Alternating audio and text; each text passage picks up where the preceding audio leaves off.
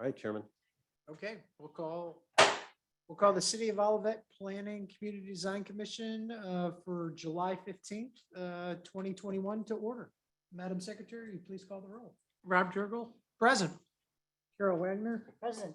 Jody Rich here, Richard Brophy,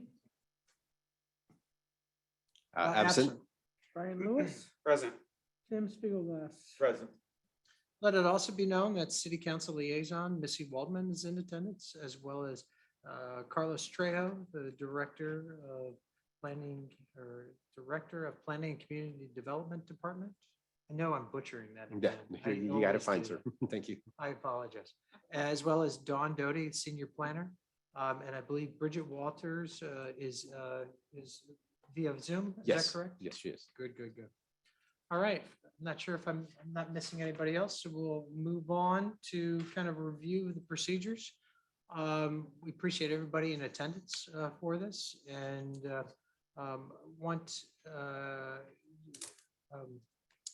thanks, Carlos, for pulling that up.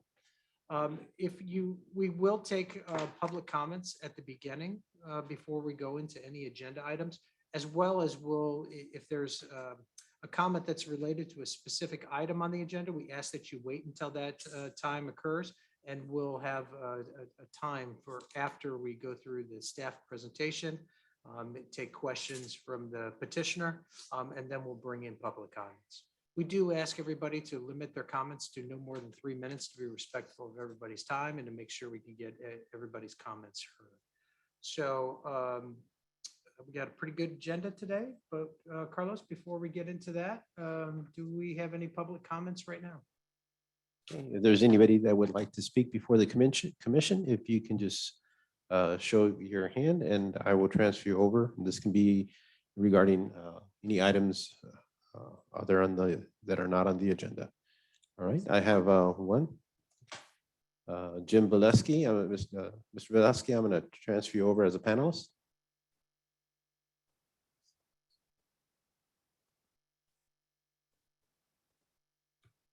And Jim, before you start, speaking, we do ask you that you state your name and address for the record as well.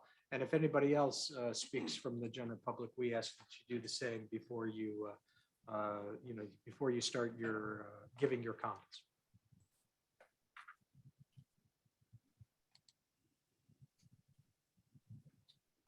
Would you like me to start right now? Yeah, that'd be great, Jim. Thank you. Okay, so I presume we're talking about 1113 Collingwood Drive. Not yet. This is, at this time, we're just holding general public comments. Name is Jim Bileski. I'm an architect. Great. Thanks, Jim. Jim, do you have any general public comments? If there's any comments related to a specific agenda item, which those Collingworth drives, we do ask you wait until we come up to that agenda item. No general comments. Okay. Sorry to bring you in prematurely. All right. So we'll move on to Carlos, any other public comments? I don't see any other hands raised. No, Okay, sir. so we'll move on to old business. And we'll go to item A. This is an item that was deferred from last week or last meeting. And it's 1113 Collingswood Drive. The petition type is a site plan, community design, concept storm water management plan review for a new single family home. The petitioner is Andy Cohen with Kennerly Custom Homes. Property owner is Kennerly Custom Homes. Carlos? Chairman, this item was deferred from our last meeting in the first week of July, in which there was some concerns expressed by the commission, primarily with the similarity of the homes and also an existing new home that existed to the south of the property. I'm going to talk to in regards to these because both had the same issue and both are addressed in the next slide in there. But of course, these are two separate items and the commission should consider two separate motions if it chooses to take action on the night. So at our last commission meeting, the commission expressed concern specifically with the streetscape that was provided about the similarity amongst the homes based on the massing. and asked for, and also questioned the amount of brick, being that under the guidelines, it is recommended that each home contain at least 50% brick. And if not, again, these are guidelines that the petitioner provide to the commission, the justification or regarding what guided the design to limit the amount of brick. In doing so, the next streetscape slide, again, will address both the 113 and 115 Collingwood, which is the next agenda item, in which the petitioners tried to distinguish the homes and illustrate to the commission that while the massing may be, there may be some similarities in the overall massing, that the articulation, the elevation, and the material use would be distinct and distinguish each home individually or independently. So you have the prepared slide before you. In your packet, you have a call out of material uses in each elevation. And that's all I have. I'd be glad to answer any specific questions. It appeared at the previous meeting that the commission was satisfied with the other items that were noted in the staff report regarding the review of the guidelines. Anybody have any questions, specific questions, comments for Carlos? No, I think let's go on to Jim since he's here. Maybe he Yes, can I'll bring walk us through some of the differences and changes. And appreciate the color drawing. That's very helpful. And just to note, I'm going to bring both Mr. Cohen, who's the petitioner, and Mr. Bileski, who's the architect of record. And again, if we can go ahead and talk about these because they're side by side, they're two agenda items in there, but of course we do have to take separate action on each.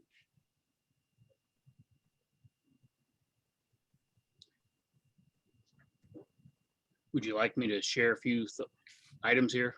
Sure. That'd be great. So 1113 there,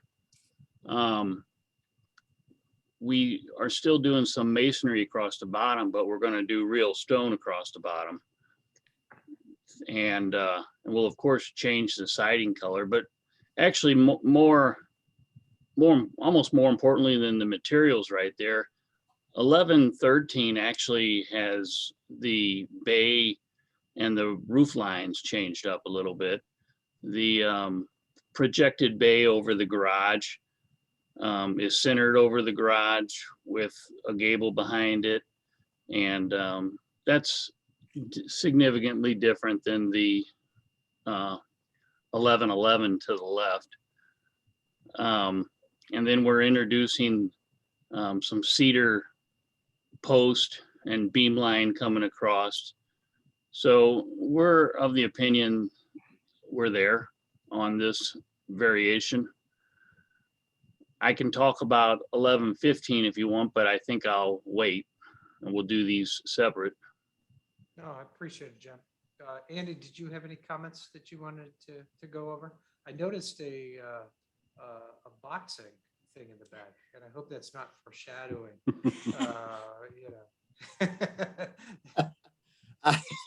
Can you guys hear me okay? Yeah. No, I mean, I'm here to answer any questions specifically for the commission or for Councilwoman Waldman, or, I was going to try to let Jim sort of hit the architectural, but I'm happy to answer anything as we go for you guys. Good. Does anybody have any questions or comments to either Andy or to Jim? Question. Go ahead, Karen. I was wondering on the home in the middle, the roof line isn't clipped on the sides, and I was just at the top. I was just wondering why that is. You were wondering what the roof line is? No, I noticed that it is not clipped. Wow. Oh, right. And I was just wondering why this one is straight. So sometimes I think we would clip those roofs to be respectful to the neighbor's house where you might have like a lower, a one-story. Here we're between two houses of the same size, and I don't feel like the clip is necessary on this one. In fact, I like it better without the clip. I mean, we're of course flexible there, but architecturally speaking, just again, trying to put a little variation in there. I agree. I kind of like it without it, just to have it be a little bit more I agree. different. So, I just want an explanation. and I do appreciate the color drawing showing kind of what you're doing. It does help give a little bit of clarity to what you guys were proposing. So thank you for that. Thank you. That was my fault. I should have given that to you guys from the get-go. I'll Nope. take the blame. No worries. All right, that being said, does anybody else have any I, questions or comments? I do. Tim? So are the garage doors and the front doors the same on this house, or they look a little bit different? I just want to make sure they are. The The garage, Go ahead. no, Jim, go ahead. I'm sorry. Go ahead. The garage doors, they can vary a little bit. The front door will probably be the same. These architectural renderings sometimes don't depict exactly what we would have out there on the garage door. But Andy, do you have some thoughts on the doors? Yeah, so I don't know if it was Tim that asked the question. Yes, sir. Okay, great. For the front doors, that's a good point you brought up. So both of the homes are sold. I would probably talk to the owner of 1113. Since the cedar was added, it's got a little more of a craftsman look. If he'd be open to maybe deleting some of the glass and making it more of a craftsman front door. I'd kind of want to defer to ask him though first, but I'm certainly open to making some of those changes. That's what I'm not sure about the commission, but I think that would go a long way to make these houses different. I think what you guys did with the colors and the different roofs, I think look really good, but I think that next level right there in front of your face would probably make a big differential between the two houses. Yeah, I'd be told there's, a lot of times you hear someone talk about they don't want to change X, Y, or Z because of a cost. There's nothing that would relate to that. I'd want to probably loop in the, future owner. But I think the one in the middle would probably cater to a different style front door. Okay, great, That sounds great. great. Okay. Thank you for the question. Anybody else on the commission have any questions? Carlos, do you know if we have any public comments related? If anybody in the public would like to speak in regards to the petition application, if you can please show your hand. I think it's located in the lower portion of your monitor on the right, on the left.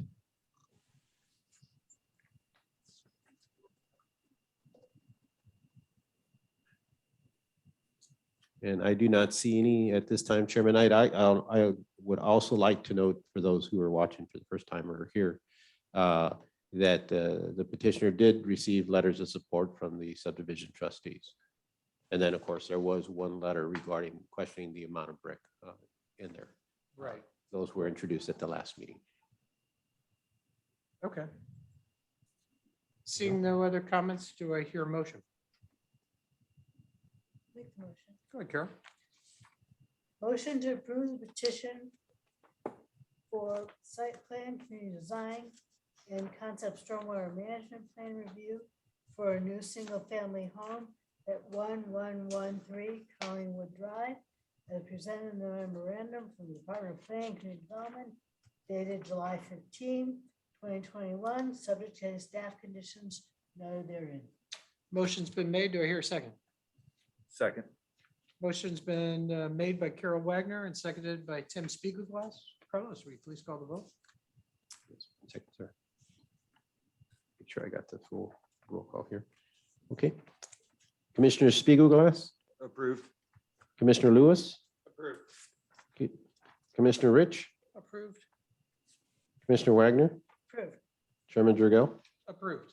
and the motion passes unanimously 5-0. All right. So Carlos? Yeah, go ahead, Carol. Are we ready for the motion on 1115? Yeah, but let's introduce it first. Okay. Because we should probably introduce them both at the same time. That would have been smart, but unfortunately. Well, we'll go ahead and introduce item B, which is 1115 Collingswood Drive. Petition type is a site plan, community design, concept stormwater management plan review for a new single-family home. Petitioners Andy Cohen with Kennerly Construction, Custom Homes, sorry, and property owners Kennerly Custom Homes. Carlos? Chairman, again, this item was at your July 1st Planning and Community Design Commission. The item was deferred as the commission questioned both the previous application, 1113 Collingwood, and this application, 1115 Collingwood, to gather some additional information from the petitioner regarding the material use along the front elevation. There did not appear to be, at least in the discussions, the commission having any issues with the other items that were addressed in staff report, for the exception of the articulation and the elevations of the front. Those were, of course, discussed at today, including the changes at 1113 and 1115 reflects that, based on the information that was provided to the commission, it did increase the amount of brick in that front elevation, specifically in the garage area. And then the architect has provided a bullet point of the materials that are being used in that front elevation. Be glad to answer any specific questions, Chairman. If not, that's all I have. Good. Anybody have any questions or comments for Carlos? I guess we'll bring it over to Jim and Andy. Anything else you want to highlight about this house? Well, I'll share with you that this is a similar house to 1111, and we're going to take a different route with it. We're going to go with the darker midnight blue or like a midnight gray on this house. As Carlos indicated, we are looking to add some additional brick, and we'll pick a color that's compatible with the siding color. But the basic variation here is it's going to be a darker house versus 111, which is a lighter color siding. Good. Andy, do you have anything you wanted to add? No, I don't think so. Just I'm happy to answer any questions for you guys. Very good. Anybody on the commission have any questions or comments? No, seeing none. Missy, did you? Oh, okay. Carlos, we check to see if we have any public. Absolutely. If there's anybody that would like to speak in regards to this petition, please just click the hand button that's located in the lower part of the monitor or in your Zoom window, and I will bring you up to address the commission. And at this time, Chairman, I am showing none. Okay, seeing none, do I hear a motion? Chairman, a motion to approve the petition for site plan, community design, and concept stormwater management plan review for a new single-family home at 1115 Collingwood Drive, as presented in the memorandum from the Department of Planning and Development, dated July 15, 2021, subject to staff conditions noted therein. Do I hear a second? Second. Motion's been made by Carol Wagner, seconded by Brian Lewis. Carlos, will you please call the vote? Commissioner Spiegelglass, Approved. Commissioner Lewis, Approved. Commissioner Rich, Approved. Commissioner Wagner, Approved. Chairman Jurgel, Approved. and the motion passes unanimously 5-0. Thank you, Chairman. Okay, good. Thanks, guys, for Thank being you. on. Appreciate it. Thank you, commission members. Thank you very much for your time this evening. Okay, Carlos, while you're kind of closing things up, I think we talked about item C, 11 Forsythia Lane is being deferred again. Is that correct? That's correct, Chairman. As of date, I did not receive any revisions from the petitioner. He did reach out subsequently after the meeting requesting some contact information from the trustees. I haven't heard anything directly from the trustees if they've been reached, if there's been any discussions or meetings. If we fail to hear anything by next week, then we'll go ahead and take the lead and schedule something. At this point, it's more of a, while it is an important matter regarding our guidelines too, but I'd like them to speak with the subdivision trustees first. I think it might be good just to find out if there's any public comments related to this, since it was an agenda item. Yes, no Um, problem. We should ask to see if there's anybody who wants to speak. And at this time, if there was anybody that'd like to speak in regards to the petition for the new home at 11 Forsythia Lane, if you can identify yourself by clicking the hand button at the lower portion of the Zoom window, and I'll transfer you over as a panelist, and you may be able to address the commission.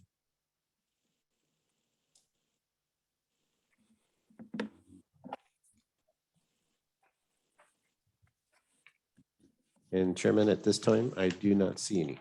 Good. Okay, well, that's great. We'll move on. We'll move on to item 5, which is new business. And item A is 9 Bone Price Terrace. Petition type is a site plan, community design, concept stormwater management plan review for a new single-family home. The petitioner is Edward Zimmerman with Forum Properties LLC. Property owner is Forum Properties LLC.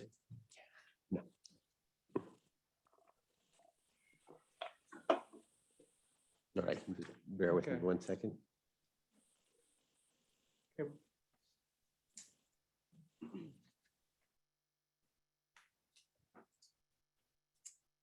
Okay, Chairman, we received a petition for the construction of a new single-family home at 9 Bond Price Lane. That's the Bond Price extension off of Price Road, which is right behind the synagogue just north of the Logo School. There's another Bond Price Terrace, which is off of Old Bonham, that borders right by the University City Olivet border. So this is the Bond Price Lane off of Price Road. We've seen a series of new constructions in that subdivision ranging from, I believe, about 2008 to this being maybe the 4th one. Regarding this lot, there was an existing single-family home. We've had some property maintenance issues for quite some time. The property sold to a new owner. They were going to do a major remodel. But during the review of the major remodel, and which included an addition, a significant addition, there was some issues because the property doesn't back up to, but along its rear property, part of a concrete channel that is part of the River de Pere system runs along the south. And that channel, that concrete channel, is identified in the USGS topographical maps and is subject to a stream buffer protection under our ordinances. So we could not issue the applicant a permit to renovate and redo and add on to the home because of the stream buffer protection. In this case, it requires about 50 feet, 25 being undisturbed and the other 25 feet being minimal, but no improvements within those 50 feet measured from the high water point of the channel. So in this case, the rear property line of this lot goes into the center of the channel. That does not necessarily mean that that's where the high point is. It's at the channel walls, which are roughly, they range between 5 to 10 feet into the property. So that measurement of the 50 feet is taken within that property itself, not from the center of the channel or so. At that time, the owner who was doing the renovation and addition requested to apply for a variance before the Board of Zoning Adjustment regarding the stream buffer, given the limitations, the existing conditions, and that the original intent of the stream buffer protection was not for concrete channels, but more for the protection of natural streams. They petitioned for the variance, and the Board of Adjustment granted them a variance from the first 25 feet, authorizing them to build instead of 50 feet from the high water mark, 25 feet from the high water mark.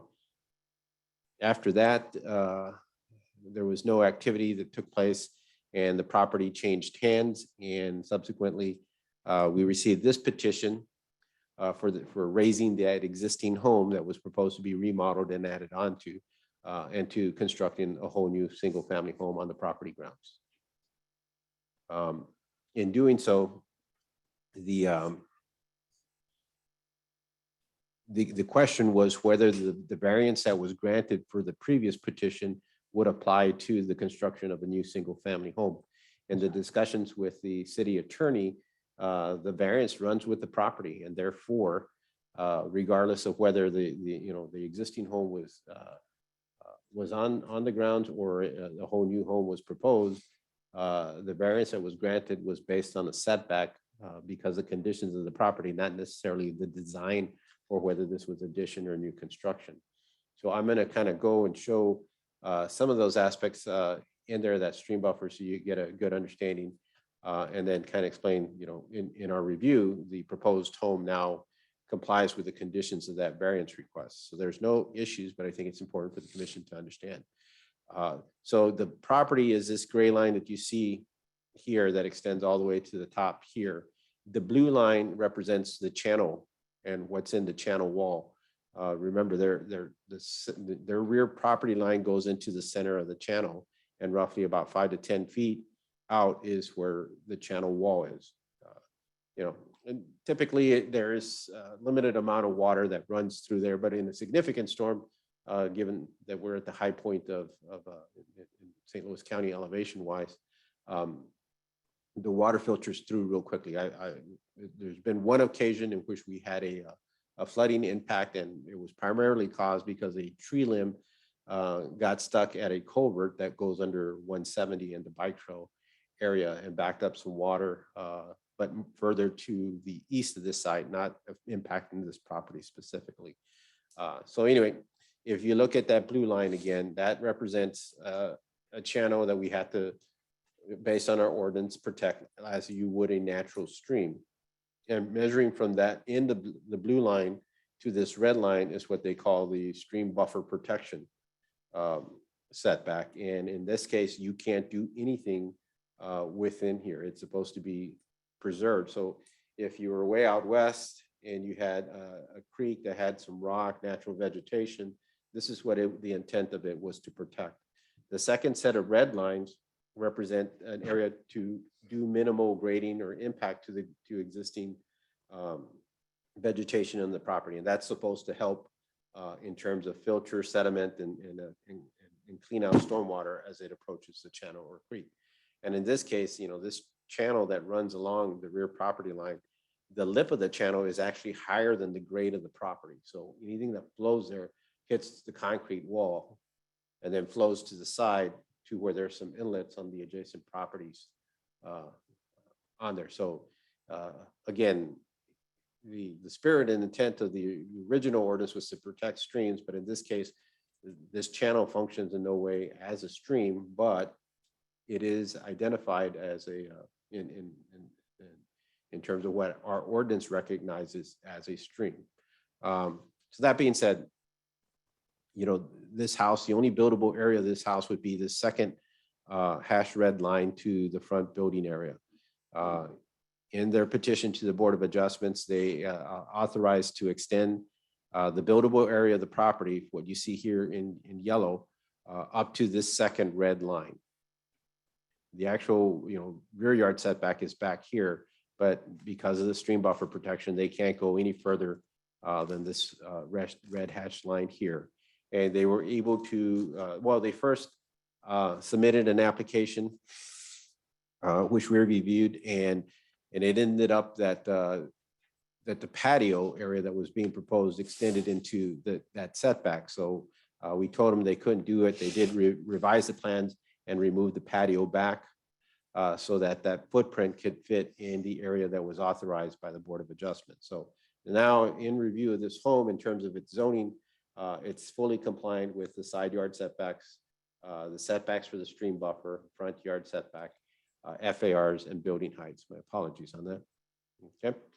This is the elevation of the home. Here it is a 3-car garage with a 2-car side entry and a 1-car front entry. You have the streetscapes in your packet in there. There's a new home being constructed here at, I believe it's number 11, which is adjacent to another new home in there. So this is the third one along this side of the block. And then there's 3 across the street Some of them are dating back to 2000, the other one to 2008. The detention system for this will be located in the buffer area where they will have the flow well system in place, as illustrated here with the yellow highlighting.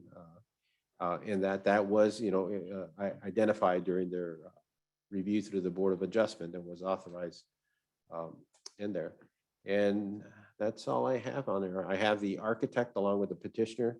Well, the architect is online to address the commission if they have any questions. Be glad to answer any comments or concerns expressed by the commission. Question, kind of just touch base on it. Retaining system. Where's the pop-up? Where's the drain? Because I remember there was a requirement, needed to flow a certain number of feet over grass before it went. It's right here. And sorry, let me back up just a bit where it's a little bit more visible.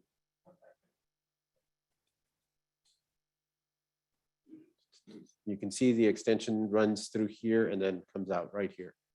And then where does it drain into the gym? There is a inlet that runs further, that's along, you see these lines here, I think here's a manhole, but there's another inlet over here on the western side of the property grounds, or eastern side of the property grounds. I'll get to an aerial, it'll be probably a little bit easier to see.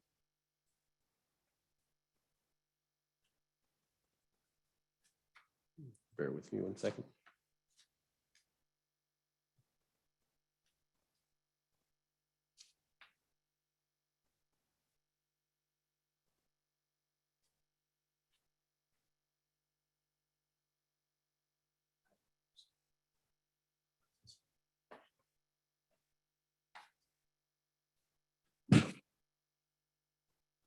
If I remember correctly, because I sit on the Board of Appeals as well, we allowed that building to go back into that other zone, provided that the runoff, from the roof of that structure would go into the retaining system and then pop out and then run a certain distance across the ground and kind of match the spirit and intent of The code. kind of river ordinance. I'm gonna switch to a Google aerial, and unfortunately, the vegetation that's on there, it's really difficult to see. You should be able to see the aerial in here. This is number 9.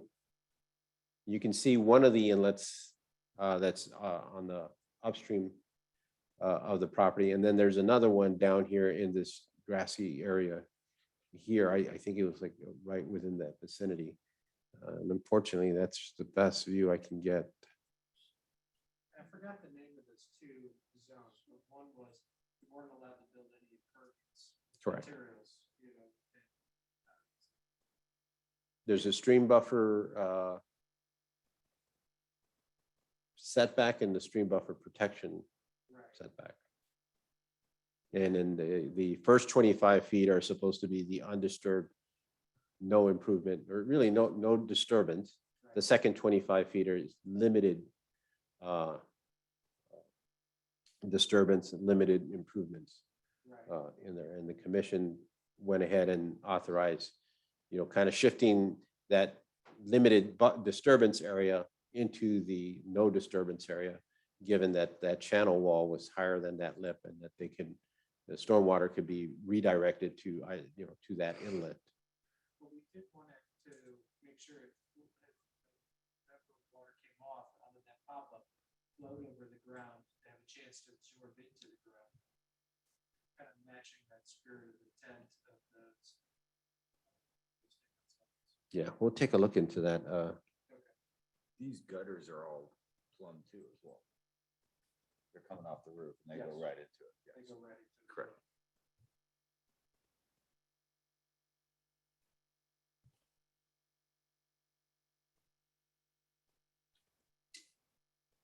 And maybe the architect already knows. Yeah. No, the cement patio is in.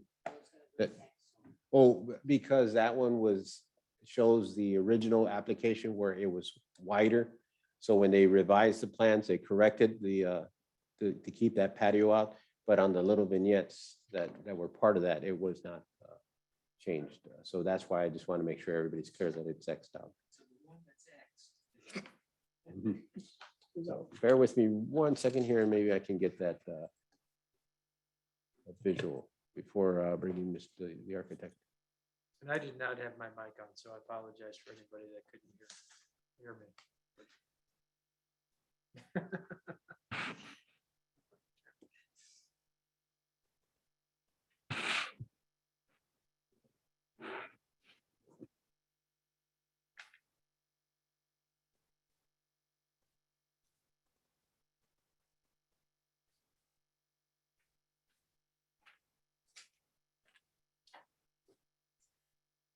Yeah, so they go on. Okay. So this is the petition that went before the Board of Adjustment. This was the existing home. They were adding a whole second level to the existing home and then putting an addition here in the back. And you can see this dashed line represents the first 25 feet. This dashed line represented the second 25 feet in terms of that buffer. And then there is an inlet back here at that back corner here. So I think we wanted to make sure that where the pop-up was at least 25 feet away from the inlet. And the intent was, again, to filter out the stormwater before it gets into the concrete channel. Exactly. Okay. Exactly. And we can follow up on that on there. And then I can see if the architect is aware. I know the civils aren't here. If it's okay to bring. Well, before we do that, does anybody else have any questions or comments for Carlos? Seeing none, let's go ahead and bring him on. All right, Mr. Ivanchuk, I'm going to promote you as a panelist. Again, if you can turn on your mic and video if available, that'd be greatly appreciated.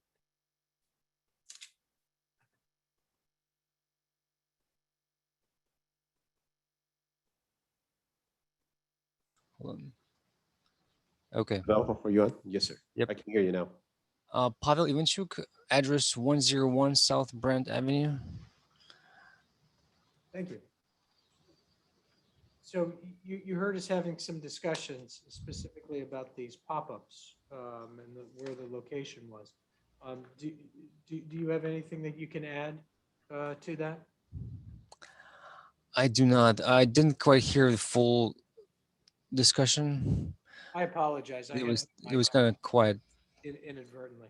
So the concern is when this was originally brought to the Board of Appeals, it was my understanding that we let the variance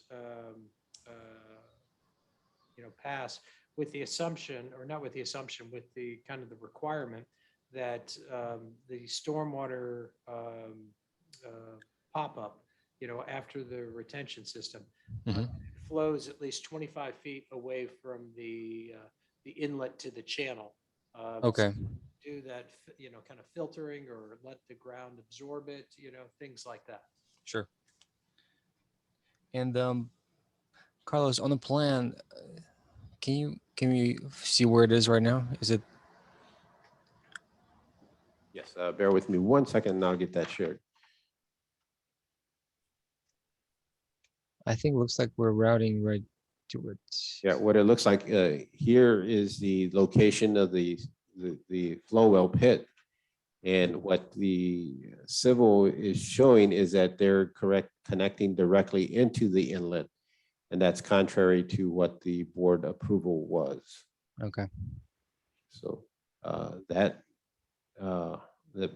preference would be to relocate the pit to the western side and then allow for a natural flow into the inlet area. And we can coordinate that with the civil. So, yep. That'd be great. That'd be great. Okay, does anybody on the commission have any questions or comments for Mr. Ivanchuk? Am I pronouncing that correct? That's fine. Ivanchuk. Ivanchuk. Okay, very good. Thank you. Does anybody on the board have any questions or comments? The only question or comment that I have is related to the west elevation. We only really, on the ground level, we really don't only have one window. And I just think maybe it could, might be worth adding a window or two, to that. And I'm kind of curious of how anybody else on the commission, feels about that. It just seems like a lot of blank wall. I don't know. Does anybody? Mr. Chairman? Go ahead, Carol. Yeah, that looks a little barren to me, as does the, which elevation? One of the elevations, I guess it's South? a garage, I think it's a It's south elevation. south elevation. Is it the one on your monitor now? That's the west elevation? Yeah, it actually has both. It has the west elevation that I was kind of questioning, and Carol was asking about that- on the that's- right-hand that side of space. the south elevation. the It's a very top. large flat space. Yeah. If Which you- the rest of it looked, it has lots of windows or detailing. It looks great. It's just that those two spaces were pretty barren comparatively. Yeah. So, Mr. Ivanchu, do you think that can be, On the on the south side, that's a garage. We can put a couple of windows there. I think that's fine. On the west, I believe that window is in the closet, and there's an office and a master the, bedroom? yeah. The office, I would. The thing is, on the office, you want to have like a wall where you put your shelving up against for your millwork on that wall. So maybe we could put actually a window in the closet. Yeah, in the closet. And we can some clear story windows in the master bedroom above the bed. I think it would be better, and I think you could work with staff on that, I would feel comfortable with that. Okay, anybody else have any Okay. questions, comments? Carlos, will you check to see if there's any public comments on this? If there's anybody in the public that would like to speak in regards to this petition for 9 Bond Price Lane, if you can show your hand or raise your hand, it's located in the lower part of your Zoom window.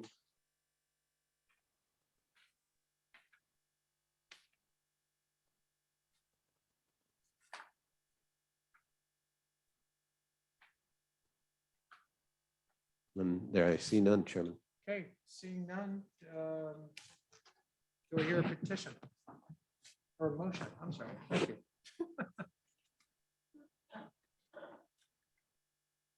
I'll make a motion. Great, Brian, thanks.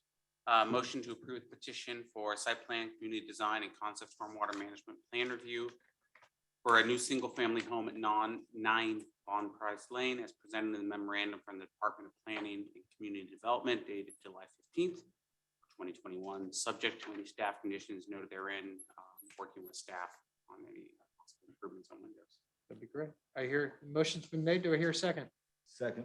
Motion's been made by Brian Lewis and seconded by Tim Spiegelglass. Carlos, will you please call the vote? Sure. And Chairman, I just want to make clear that the additional items include the adding windows to the garage on that south elevation, and then adding windows to probably the master bedroom closet on the west elevation, and some I forgot what the term is, the clear window, the clear story windows at the master bedroom. Correct. Okay. Right. On that motion, Commissioner Spiegelglass, Approved. Commissioner Lewis, Approved. Commissioner Rich, Approved. Commissioner Wagner, Approved. Commissioner Jurgel or Chairman Jurgel, Approved. and the amended motion passes unanimously 5-0. Thank you, Mr. Avanchu. I appreciate it. Thank you. Oh, and one more thing, just to note that we, in addition to that, we'll correct we'll work with the civil regarding the 25-foot distance for the pop-out. I forgot about that. Exactly. Yep. Thank you for Yes, sir. clarifying Mhm. that. Good catch. Okay, we'll let you kind of have some time to kind of get organized.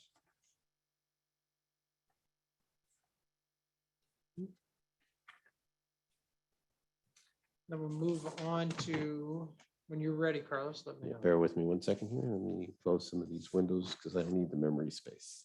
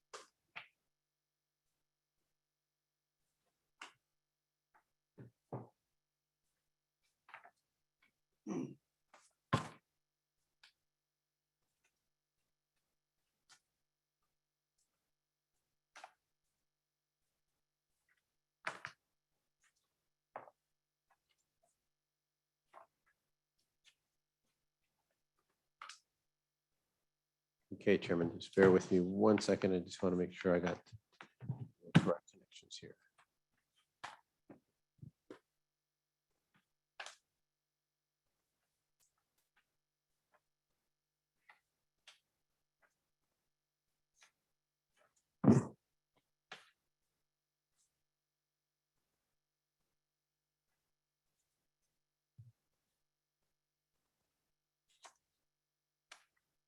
Okay, Chairman. Sorry about Okay, that. great. We'll Just move wanna on make to item B, which is Lot 4 of the Gateway I-170 redevelopment area, which is also the southwest corner of Olive Boulevard and I-170. Petition type is a design review for a multifamily residential structure on Lot 4 of the development. Petitioner is Greg Yawitz with Keat Olivet Gateway LLC. Property owner is Keat Olivet Gateway LLC. Carlos? Okay, Chairman. So this, in regards to this item, bear with me. Let me get this window. All right, yeah, fully in. Okay, is part of the design review process of the Plan Development District created under the MU Gateway District zoning designation. And so basic thing, I think, just to kind of inform the commission is what is design review? It's pretty similar to community design review. In our zoning ordinance, there are typically three types of reviews. There are community design review, where the commission is providing design guidance or kind of architectural oversight for our community. And then there is site plan review, where the commission acts more like a planning and zoning commission and reviews not just the architectural impacts of a specific property, but its impacts within the site and to its surroundings. So when we do a home review, you'll notice that sometimes we'll have a single family home subject to community design review, meaning that it's met all the zoning criteria. All the commission is providing guidance on is the aesthetics, its architecture overview, and that our overview is based on our design guidelines. Then there are homes that require community design review and site plan review. And that means that something specific to this the property requires another level of review to review its impacts within its site itself and the surrounding sites in there. Many times that means that it's a lot that is substandard or doesn't meet the minimum standards of a traditional or an ideal lot within the neighborhood or under the zoning regulations. When we created the MU Gateway District, we termed the traditional community design review to just design review. So in the Gateway process, or in the MU Gateway District process, there are three levels of review. There's a concept review, which is a general introduction, and you're assessing or evaluating a concept. There is a development review, which is what creates the Plan Development District, and you adopt a master development plan or a master plan. overall, you get a sense of what the development and feel would be like, but you're not down into the architectural or landscape details that would be presented in a traditional community design review. So, and then in the third step of the MU district review process is what we're looking at tonight is design review. This is the site plan community design review of the MU district. And in this case, overall, the master plan, kind of like the zoning, has been authorized, approved. We know that lot 4 will be a multifamily residential lot. We know the overall height, we know the setbacks that have been authorized for this. And now you are providing your architectural aesthetic review and also assessing that any concerns and issues that were noted through the master development plan or any additional conditions that they're addressed adequately at this level. And what this does for us, because the original intent of the MU Gateway District is that you would have these larger assemblages that could have multiple lots and multiple buildings, and this would provide an opportunity for phased development. So once you approve the master development plan, you would, as each individual lot would be ready for development, they would come in individually for their review, as opposed to trying to do this all at once and only to find that market conditions or things change over time and avoid having to come back every time that there's some type of adjustment or review. That we would stay within the master plan, and once one is ready, then they come in and see if they meet the overall goals and objectives that were adopted within that master plan. So again, this allows for phasing of construction, and it ensures that the construction or overall design adheres to the planned development district that was adopted. So for the Olivet Gate, the Olive Crossing, which was formerly known as the Olivet Gateway, this is the master plan that has been approved. Actually, it was on the council agenda back in June, and they authorized that lot 4, which is this yellow shaded lot, could be used for multifamily residential use. There were no changes in the overall building setbacks, heights, and such, and that's what you have before you tonight. You're not assessing or reviewing all these other buildings. You're now doing one of the individual lots, and that's this lot 4 here, which is the multifamily residential component with the attached garage. That is before you tonight, and this is the term for this review is called design review. Looking more specifically and closely, you see that they had the overall shape and configuration of the multifamily structure, along with the attached garage structure and the access, some of the common areas, and some of the circulation and movement around there. That comes from the approved development plan. Now, as we go into design review, now you're starting to see the actual materials, the voids and masses, and the articulation of the building as a whole, the landscaping, the lighting that would be provided. And those are what we assess. They are proposing a 181 unit multifamily residential apartment complex with an attached garage. In there in your packet, you have the full architectural landscape, some cross sections and things for review. So what do we do here at this next page? Well, we look at it more from, again, from an aesthetic perspective, making sure that it adheres to our community principles and design objectives. And then 2, is it compliant with the master development plan as it was presented? And has it addressed the overall comments issues that have evolved through the commission review in there? And that's what we're going to take a look at. And that's something that the developer will kind of discuss as we go through this. My overview will be just what was in the master development plan, what are our design objectives, and what were the primary concerns and issues that we heard through the review process to ensure to allow the developer to kind of address those individually of what they've done to incorporate or mitigate those issues. So again, this is the master development plan. This is the individual lot for the design review. It hasn't changed much from from the vignettes that we saw earlier back in May. The materials are more refined. They worked with identifying the entrance and making sure that it's more prominent. The building footprint has maintained the same Balconies have been limited from the closest elevation to the property lines. You'll have some information on landscaping and all that. With the developer, we were concerned about some of the issues about the setback, the screening, and the noise. Those were a lot of comments that we heard during the review process. There was a lot of mitigation that was done by the developer through the master development plan. Now we're into the specifics, and I want to kind of go over. So this is the actual site plan of the property grounds before the existing homes were removed. And I just want to note, so the commission's aware, this yellow here represents a 30-foot easement. That one was the former location of Locust Lane, but there was also several utilities that ran through this easement. There was a gas line, water line, and overhead electrical that ran through this easement here in there.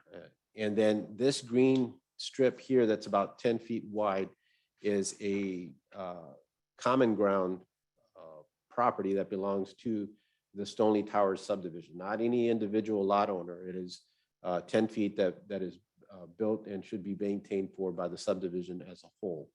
So it has, the ownership is the subdivision association, not individual properties. So they have a 10-foot buffer here and then a 30-foot easement here. Within that 30-foot easement, there's overhead electrical, and there's still underground water and gas. Those will be, the gas and water will be disconnected and removed. Matter of fact, they've been already terminated at Price Road. The overhead electrical will stay as is. Those existing poles for that electrical will not be moved or relocated. And the electrical lines that run along that are the lines that service the properties there on Stonely Towers. So their electrical lines run from their backyard or the back of their building to these utilities back here, or to the electrical utilities back here. They don't access water or gas from back here. That's on the street side. Question. Coast, is that strip where the gas and water lines, is that actually right of way where Locust Lane was? It's easement. There was never any It was never identified. public right of way. That is correct. Will that easement remain, or is that being void? No, it's going to be vacated and the gas and water will be removed. Yes, okay. And then I believe Ameren would be granted an easement because of the utility lines that are going to stay there. But small. Yes. Mhm. Very good. So as we have the proposed development and the construction, as you can see here, one of the questions regarding was the setback, the screening, and concerns regarding the noise. All valid concerns, given the sensitivity and the proximity of residential properties in there. So we asked the developer, can you get us a couple of cross sections? Now that we're down to the detail, more specific to show along that back property, so the commission could get a better understanding. And I'm going to be coming in and out, so bear with me in this. As you're near Price Road, remember the grades are going to run together. They're going to start at the same elevation. And what's intended is that the access easement in the rear of these properties is going to start dropping down and ultimately meet the other road that goes north to south, which is the extension of Hilltop. That's going to be centered on the property grounds. I'm going to go back just to make sure. Bear with me.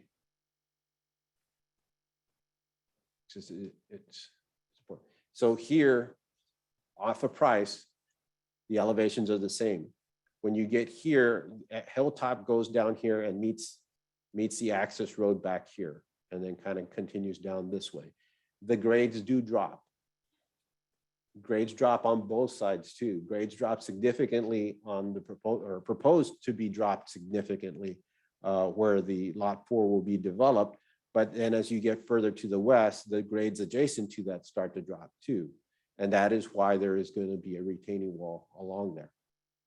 So more as you get closer here in this visual, here you can see the retaining wall as it runs along the southern end of the proposed development or the proposed structure, and then terminates here. At this point, when you see the extension of Hilltop accessing this access, intersecting with this access road, the elevations are the same on both sides. That makes sense? Right. So when I go through these cross sections, you're going to see how the depth kind of changes as you go through that back road. The Because first one, we say the depth changes because when you say the elevation is the same, you're talking about the building height, basically. the building heights would be, I'm talking about the ground grade overall. The ground grade on the development is going to start to drop. Yep. And then ultimately, the adjacent properties, they kind of meet up at the far eastern end of that. Okay, so a house farther to the east might be lower than the one to the west. More leveled in line with what that grading would be. Okay. So what I'll do, what you'll see is that right on this area here, you'll see a cross section, and then I'm going to show you another cross section of this area here and a cross section of this area here. They're also in your packet. And what you'll see is that retaining wall starts off small, then gradually grows, and then starts to come back down.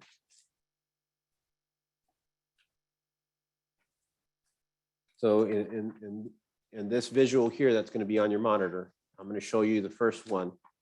So here we're closer to Price Road, and you can see that the retaining wall starts to be at about 5 feet. So in this, you'll see the boundaries of the Stoney Tower subdivision, or the individual lot, then the 10-foot common ground, then the property of the development begins. Then you'll have about 10 feet before the retaining wall. And what this here represents, you can see the 8-foot wall that's been, the buffer wall that would be installed. And then I just to get a better understanding, kind of drew from that point to the high point, an angle so you can see, and it's almost about it's a 2-to-1 angle, almost about 45 degrees. And you can see the retaining wall is about 5 feet high.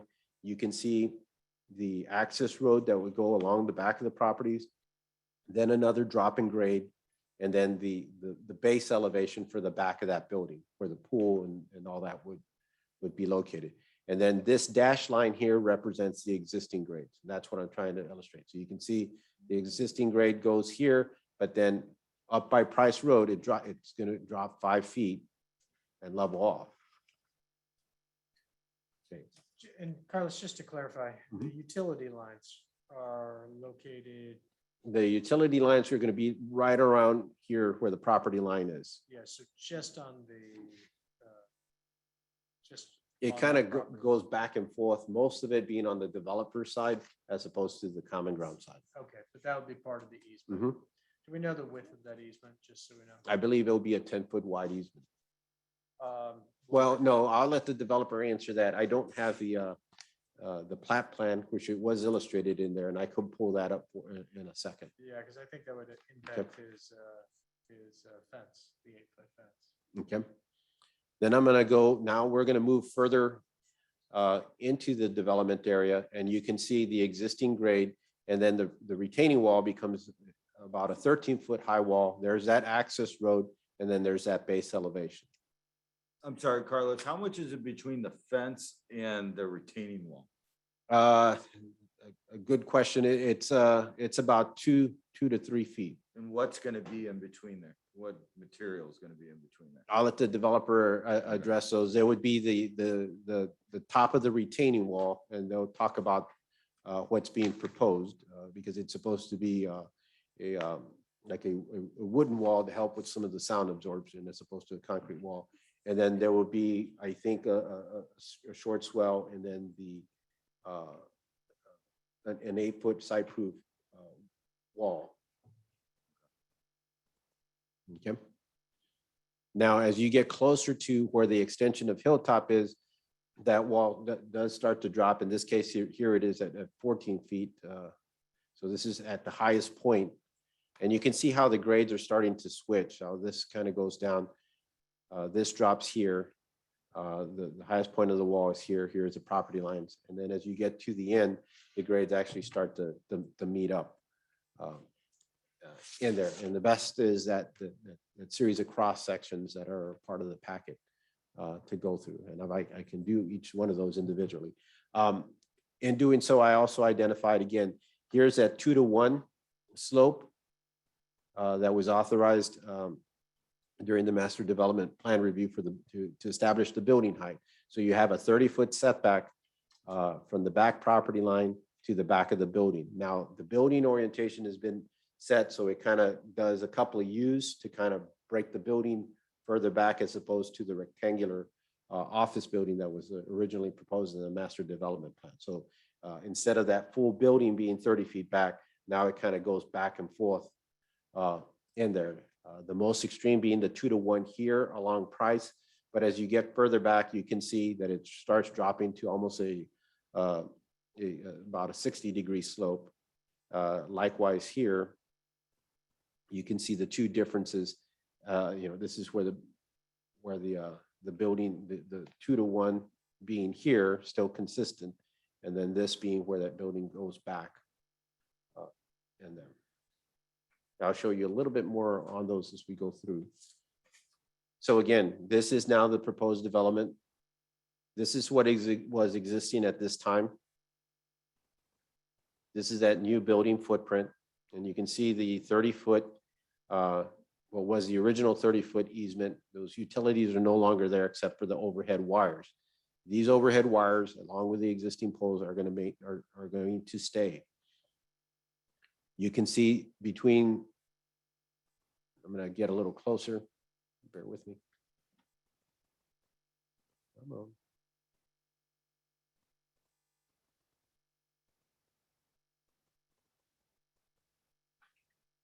You can see the green representing the 10-foot common ground strip.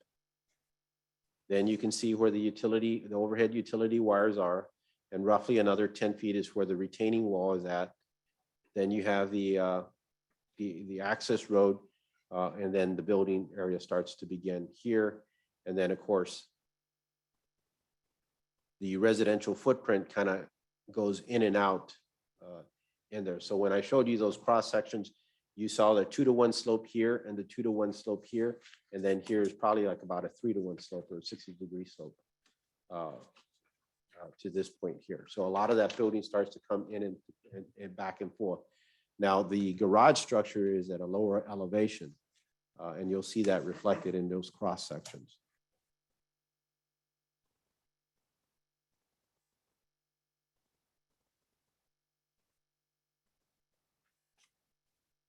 Now, taking those slopes that I showed you earlier, I'm bringing them into this cross section that was part of the landscape plan that kind of identifies the utility poles, some of that tree mass that's back there in here. What this one doesn't do very well is identify the common strip, and that's where those two trees are located in. But right about here is where the property line is. And you can see the 45-degree slope here. And then you can see as the building setbacks, some that those views do lessen. You can see the elevation change here. Remember, they're approximately at the most extreme, it's 14 feet down. It starts off at 5 as you get towards Price Road. So this kind of goes up and down. You can see that there would be a screen wall. And in this case, there is a building in front of the sauna. But in the areas where that sauna is not at, they have another wall section that screens from that service road. So I wanted to show those in there. And then you can see the overhead utility lines. Those are not being disrupted. Those are going to stay as is. The retaining wall in discussions with the developer, they're changing it from, it was going to start at Herculean, but the spacing issues and the geogrid were going to be complex. So they were going to do a straight up and down concrete wall in there. And then trying to mitigate some of the noise issues that were noted, it's now changed to, they'll describe it and they'll have some specifics. It's a wooden wall. Now there are piers in there, but it's wooden panels that are put in place. The other items, again. What's the life expectancy of those wooden panels? Yeah, good question. We'll ask the architect. I'm not sure. Okay. The other items from again, we're looking at this as well. What is it consistent with the master development plan and the goals and objectives and design criteria that were established in the master development plan? That master development plan identified that there would be two specific nodes or centers that would be identified. One would be here at the entry level at Price and the entrance to that. The developer is aware of this. They haven't designed this yet because they're still kind of determining what's going to happen on lots 1 and 2, and that they would somewhat mimic or mirror or play off of each other. So they know that this still needs to be designed. And then on the eastern end, they created a space back here, and they'll go through a little bit more detail into that of the node that's being created here. They've identified the entrance, and they played with the materials and the heights to identify that entrance, as was illustrated in here. And similar to, this was one of the discussions we had with a similar type of development that was occurring on the north side of Olive. Their distinction was use of materials. There's a little pop-up on those, but they have a double heighted entrance to kind of identify where that placement is and note it. And that's consistent with our chapter 428 recommendations. The other thing is that the sidewalk that runs along here in front of the building is one of the primary pedestrian corridors for that development. And therefore, in discussions with the developer, he's aware that, a 4 to 5 foot sidewalk is not going to be sufficient. We're looking for a sidewalk, whether it does not need to maintain the consistency all the way through, but it needs to be a wider sidewalk. And he's willing to work with us in there. And it will open along here because the curb doesn't exist here at these drop-off points in front of the building. That sidewalk or that corridor will be interrupted with some landscape features. But overall, the width of the primary width of that sidewalk would be maintained over 6 feet. We're trying to get as much as possible, 7 to 8, in areas where we can. So again, my role in this and the commission's role in this is to look at this from similar to a community design review. The master development plan has been set. The configuration of the building, the overall height is consistent with what's been authorized in that master development plan. So now you're looking at it more from an aesthetic perspective and making sure that it's consistent with that master development plan and that the petitioner has taken into consideration comments from the commission and even from the public of how they tried to mitigate some of those concerns in there. I do have the developers team online, and I do see that there are 2 other attendees that may want to speak in regards to this. But Chairman, I'd be glad to answer any specific questions first. Does anybody on the commission have any specific questions for Carlos? Carlos, I have one, and it's kind of, maybe you know and maybe you don't. We can always ask the developer, but where are they planning on putting kind of the air conditioner condensers and, kind of the Other taking out mechanical trash pickup, things like that. And I Okay. was just out of curiosity, I was curious of where the fresh air intakes were going to be. That's a good question, and we don't have the extent of that detail, and it may be within those development plans, but it's a question we can ask. Okay, good.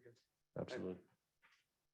Carlos, I'm curious, think about some of the residentials where we have policies around 50% brick and things like that.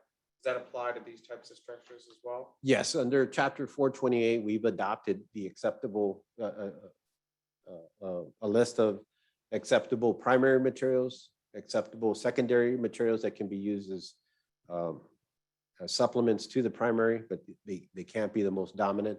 And then those that can only be used as trim and not exceed, let's say, more than 10% of that. So this is consistent with that list of acceptable materials.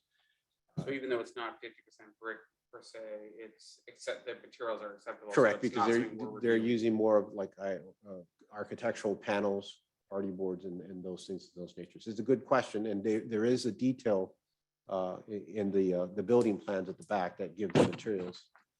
Yeah, I saw that. I just wasn't sure. If we're kind of going back to our conversation last time. If we're trying to enforce brick, we're trying to, this is a large facility. Yes. So just, do we push for that more? It's close. I mean, some of the areas look, I didn't, looked at the material that looked brick, but it wasn't, I don't think it is brick. I think it's. Most of these are going to be veneer panels. Yeah, so essentially. I don't know, I'll ask the commissioner what they think of that. And then the second question I have, and maybe this isn't even part of our review, so I apologize if it is, but obviously I think they've done, some of this, the concern around swimming pool and the sound, they've done things to try to address those, which is excellent. But I think one of the initial concerns was also just visibility of windows and balconies. I think we talked about the balconies maybe would have screens, so that way people weren't looking, because when you look at that elevation, especially the west one, I mean, anything above the second floor, unless there's vegetation that I'm not seeing in the tree, there might be, seems pretty direct.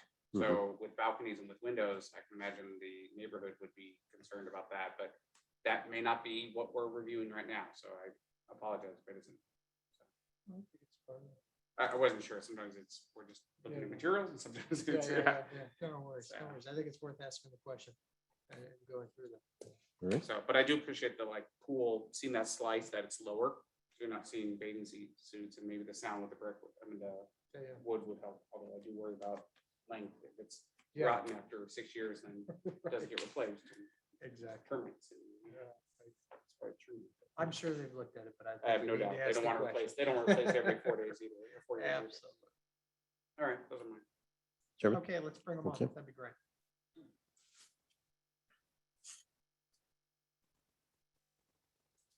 Okay, Mr. Yowitz, I'm promoting you up as an attendee. It's my understanding you are with your full design team in one location.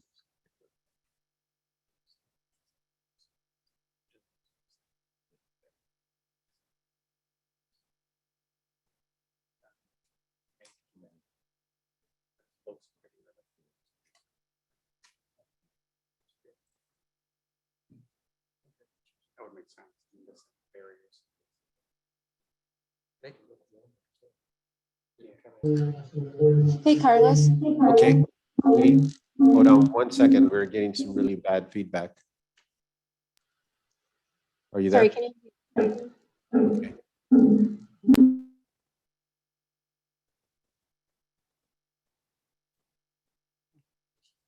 Yeah, somebody's got their computer on. The two volumes are on. How many people are coming on? I believe, well, it's going to be one group and they're in a conference room. So Oh, there's okay. probably about 4 or 5 people.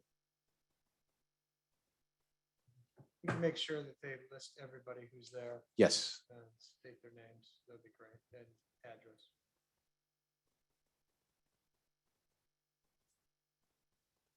I'm having a little trouble here.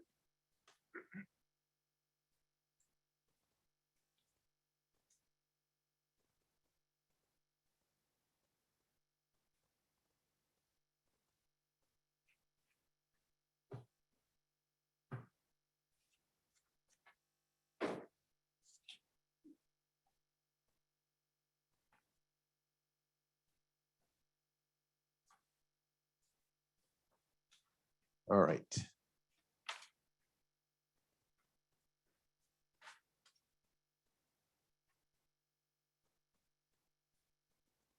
Okay, so I have them, they're on 2 separate things. So Mr. Yowitz, I have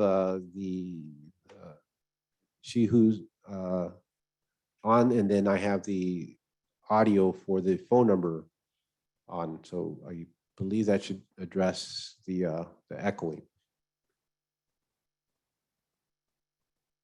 They're both muted, so. Yeah.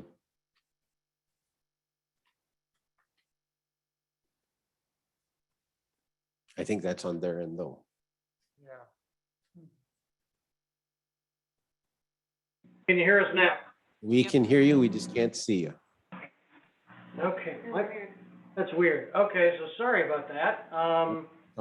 You can turn. I couldn't, but our oh wait, is there a camera on button on the tablet? The camera's on here. Sorry, we're using some pretty advanced tech we don't understand, completely. But we're glad you can hear us. Because I saw us for a minute on the screen and then we disappeared. It was just showing a preview, but yeah, I started. Oh, wait a minute, something's happening. Can you see us now? Mm, No. Oh, it was our preview. Yeah, I think that's just us previewing our video. All right, so we're not sure what's going on with the video. Hopefully that's okay, but we can Halima can share screen, so we can do a presentation. So, Hey, Greg. Mr. Chairman, members of the. First, Greg, Yep. before you get started, can you state the names and addresses of everyone who's there? Or have them go through it? Absolutely. Okay, great. Absolutely. So, Greg Yowitz, 6 Heather Hill Lane. With me, I've got Rob Lochner. His address is? 13 Clarebrook Lane, 63124. I've got John Olson. 858 Topsfield Drive, Lake St. Louis, Missouri. I've got Bob Neely. 8132 Pershing Avenue. And I've got Halima Shahu. Yeah, 3314 Wisconsin, St. Louis, Missouri. Great. And we're sitting in the offices of OJC, LJC at, 2199 Interbelt Business Center Drive. and Chairman, I know the introductions, but can we get the background of each? Absolutely. Do you mind going through that, Mr. Yachts, and identifying what? absolutely. So obviously, I'm the developer and the landowner. Rob Lochner is my project manager. John, Bob, and Halima are with Lamar Johnson Collaborative, my architectural team for this building. All right, Very good. and let's see. And have you enabled screen sharing? I am not allowed to share. Oh, can you enable screen sharing, Carlos? Yes, I'm working on that right now. It's weird that we could see our video, but we can't turn it Okay, on. it should be set up. All right, magic is happening. But there's still nothing coming up. It's coming. Are you rushing me? Okay, can you see the screen now? Yes, sir. Awesome. So I'm going to run through our slide deck with my team, and then we will certainly answer questions, some of which I took notes about from your presentation. So, William, if you want to go to the next slide. All right.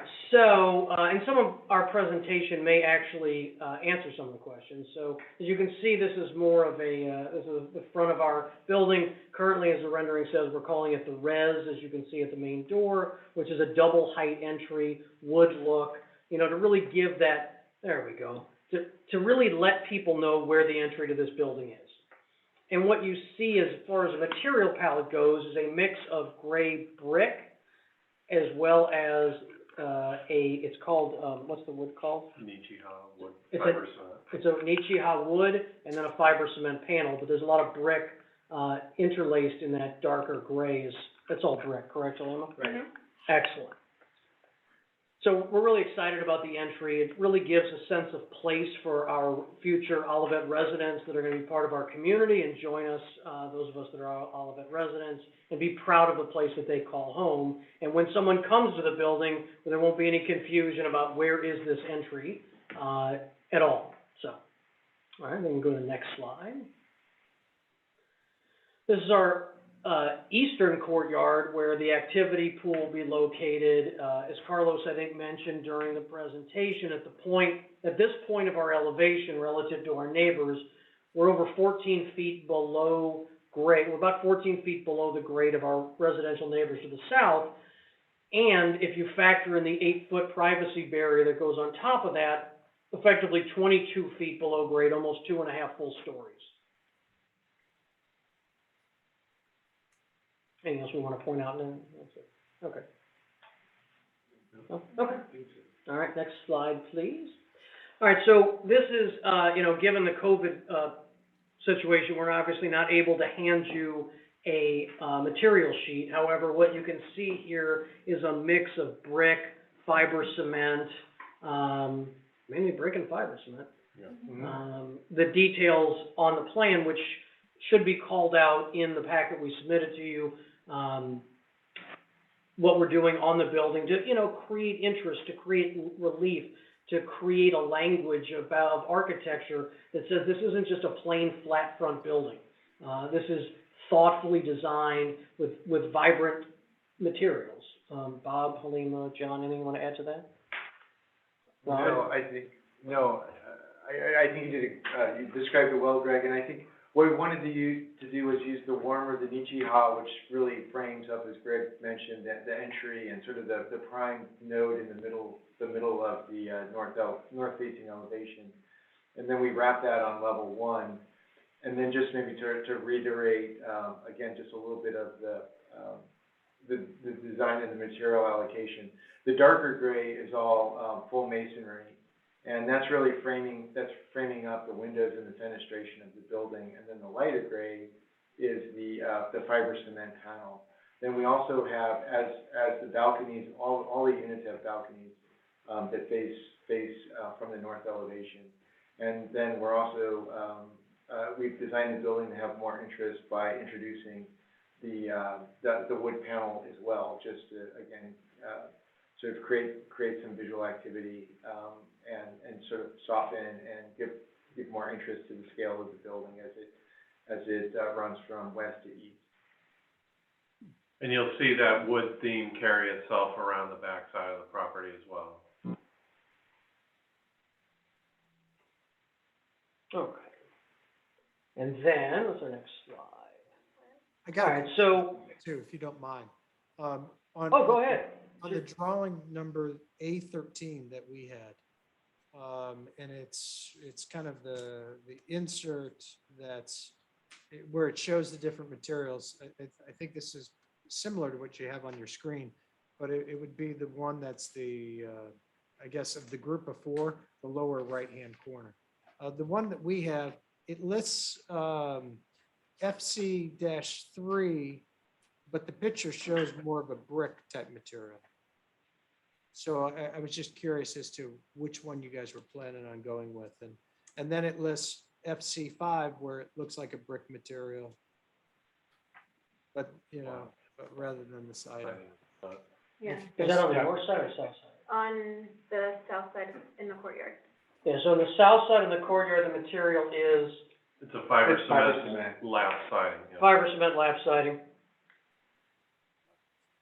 That area that there's, can you see the hand moving on the screen? Oh, This area right this here. area here. Zoom in on that.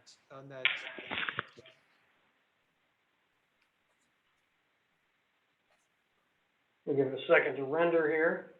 Right, might take a tremendous slight delay. So as you look at this, you can see the horizontal lines, that give the exterior wall some texture. But again, this is the back of the building, the courtyard. And so we've got differential colors in this material. Right. And siding is the left side. And we're using different sizes of siding to really give it some character. So it's not the engineered brick. You're using all fiber cement siding on that backside. Correct. Okay. Okay, just wanted to clarify. All right. Absolutely. All right, do we have a slide after this? Or we're at the, yeah, there you go. We have one more, which gets into that. All right, so when we talk about public spaces, nodes, and access, as Carlos mentioned, we're still working with staff. There were some comments we received about trying to widen sidewalks in a few places. We will absolutely work with staff on trying to get that done. So I'm going to start on the east and move to the west. So where it says note inset there that Halima's circling. So this is a very interesting area we're working on detailing out because we've got some serious grade differentials. For those of you not aware, after we grade the site, from Price Road to the 4-way intersection slightly above the word node, node C inset, between there and the date of 7/15, the height differential from Price Road to that spot where the Halima's hand is 10 feet lower. So we're carrying a 10-foot grade drop across this building, which is, if you haven't been to the site recently, becomes more and more evident with every day of our site work. And so how do we deal with that? And so what Bob and John and Halima and the team have come up with is creating a public space for people, A, walking on the sidewalk, B, entering the parking garage if they're living in the building or they decide that they want to park in the garage. So we're going to put a bench we're gonna have a switchback because we've got to make a serious grade change from the east-west road, which is named Olive Crossing, to Hilltop, which runs north and south. And so how do we do that? And so we're gonna work the grade within ADA compliance. We're also gonna have a stair that works to the east. We're gonna have a bike rack on the north side, which you can see there hidden under that tree. It's kind of hard to see from this angle. But we're gonna create a space where neighbors can sit, whether they live in the development or not. They can park their bike, and if they go to whatever restaurant we have on the north side, or they visit a friend in the building, it's almost like a pocket park of sorts. And then we'll have some sort of low retaining wall with signage. Then we've got our lobby entry node, and we're going to work on expanding some more sidewalk there, as well as on the west side of where the parallel parking is, which is on the east side. And now on the northeast corner of this building, northwest, east, west, they always get confused. Northwest side of this building, we're still working on detailing this out. I think a lot of what happens in this little node, and we've got a lot of green space to play with, depends on what happens on the north side. And so as we figure out the final planning for lots 1 and 2, or if they get combined, which is an option under our master development agreement with the city, the master plan. And so we're gonna leave that area sort of reserved and work with staff on what's the right thing there, and do we need more concrete for public gathering or bikes? And so we're open to suggestions there. And then we've got our dog park for our residents, which you can see called out where Halima's got the hand, and then below it, where our residents are going to be able to take their dogs. Right inside the door is going to be a self-service dog wash. We're a very, though my wife would not like to live in this building, we're a very pet-friendly building. So we're going to have a self-service dog wash inside the building, not outside, and some space for our dogs to run around. And then inside our courtyard, on the western courtyard, there'll be a small fenced-in area as well. The dog park will be fenced and secure. Anything I missed, team? Okay.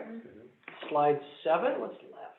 Okay, so Carlos talked a little bit about this, and so I'm going to hit some of the questions when I address this slide when it comes to setbacks, easements, and as well as where the retaining wall is. One, Carlos mentioned, you can see in the bottom right corner, the representative image of our retaining wall. It's called an oak lag and pile wall. They're heavy oak timbers. They'll be stained. They'll be treated. We expect them to last in excess of 40 years. I'll be 94 roughly around that time. And if I need to change out the wall, because I'll probably still own the building, we'll do that. The piles will be steel obviously for stability. And we'll probably paint those or treat those a color that's aesthetically matching to our building. Above that is our privacy barrier. Our 8-foot privacy barrier will sit on top of that, again, to help screen sound from our neighbors. And as Carlos mentioned, the differential height of our site to our neighbors varies. At some points around, say, Mr. Minton's lot, where the hotel will be, it's almost level. Well, when you get in the middle of the building close to the parking garage, it's as much as 14 feet difference. We're going to carry that 8 feet. It'll probably step to deal with the grades, but that's going to carry the entire 1,700-foot perimeter of our barrier, of our border shared with our neighbors to the south. And then a question was asked about what goes between the lag and pile wall and the 8-foot barrier. Well, a couple things need to go there. One, there needs to be a channel to deal with water flow, because we can't have water build up at the top and erode the wall from a structural integrity standpoint. And then there'll have to be a fence. There'll be a fence and the barrier for security. It'll have to be about what's the code, 4 foot? We need to do a fence there? Yeah. So we'll have to do a 4-foot fence up there. Again, that's more of a safety code issue than anything else. And then, if you're talking about from the 8-foot barrier toward our neighbors, that's when you'll experience the distance from there to the power lines. So they'll be roughly, I think it's at least 6 or 8 feet from our fence to our property line. Then from our property line to, you've got 10 feet of land that belongs to the subdivision. And then as Carlos mentioned, the poles are not exactly straight, the Ameren poles, and so some of them are in the subdivision common ground, some of them are on our side. We're providing Ameren an easement to access those poles from our drive lane, at the base that Halima, where it says asphalt service drive. That road, in case there's any concern from the neighbors about traffic, is service only, one way out from east to west, so heading toward Price, that will be used for Ameren to access those poles. That was a requirement of theirs that we have this road. It'll be used for fire and safety. It will be used for trash pickup. And what's great about it is our trash trucks will be predominantly below the elevation of our neighbors, shielding them from the noise and everything. And then, move-ins and move-outs. But that's really the intended use of the extent of that drive lane. It was mentioned, a question was asked, I think, about trash. Trash will be kept in the building and then brought out on trash day in mobile carts that are picked up and rolled back in. Look at the rest of those questions, and then we're happy to answer more. It was the location of the mechanicals. Oh, mechanical. The air conditioner's mechanical equipment is on the roof. So, and speaking of the roof, let's talk about roof height.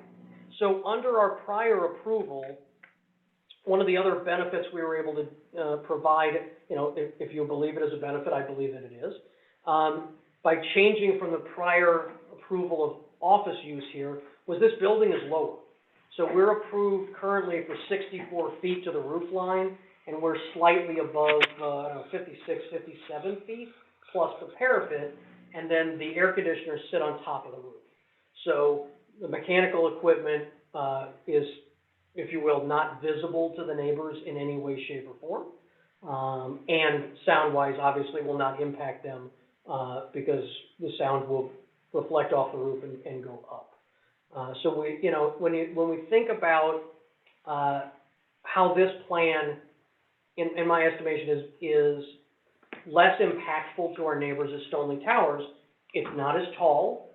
A big bunch of the mass is pulled away from the 30-foot line that we're allowed to maintain, but we've carved that out. The parking garage is actually lower than the building, so we're not even at 57 feet at the parking garage.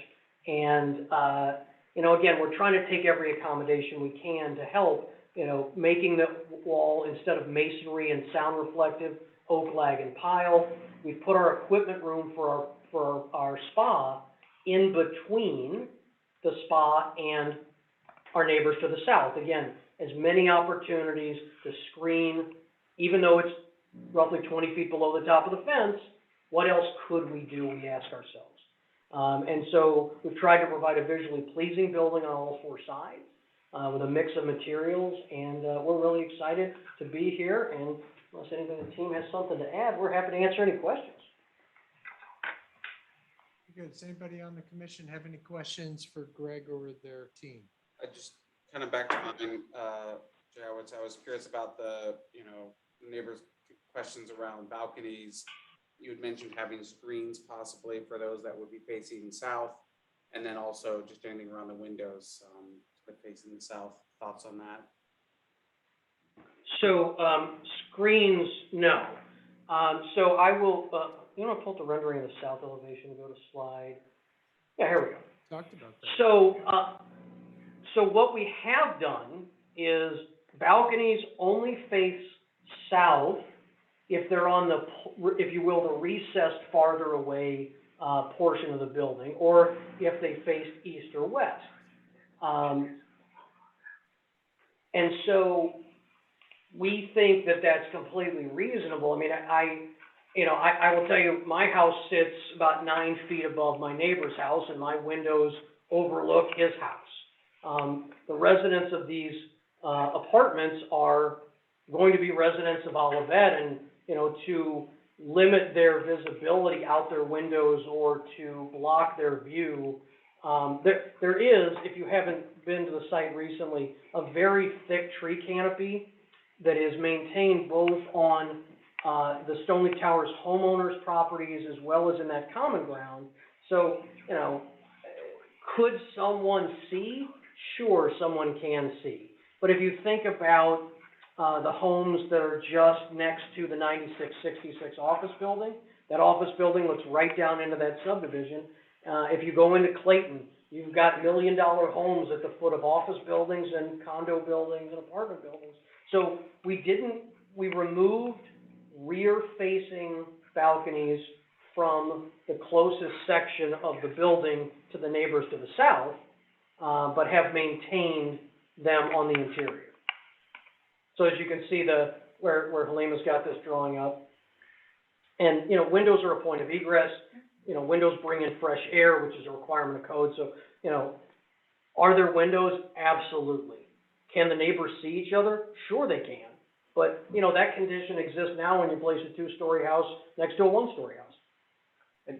And Greg, just to jump in, just for numerical reference, those balconies that face south, those are 105 feet back from the property line.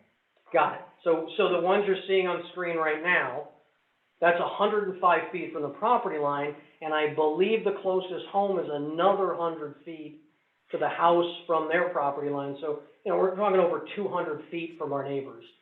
There you go. I think that's a good representative distance. Greg, can you pull Yeah. up a plan that shows where those balconies are in reference to the building and the property line?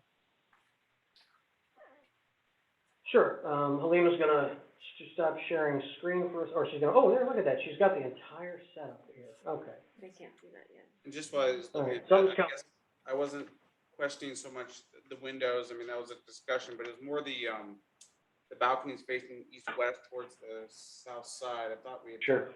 possible Okay. screens I thought we on did the south too, side. especially the ones that were more closer to Yeah, the right. end. Exactly, that's just- what I'm referencing. Yeah.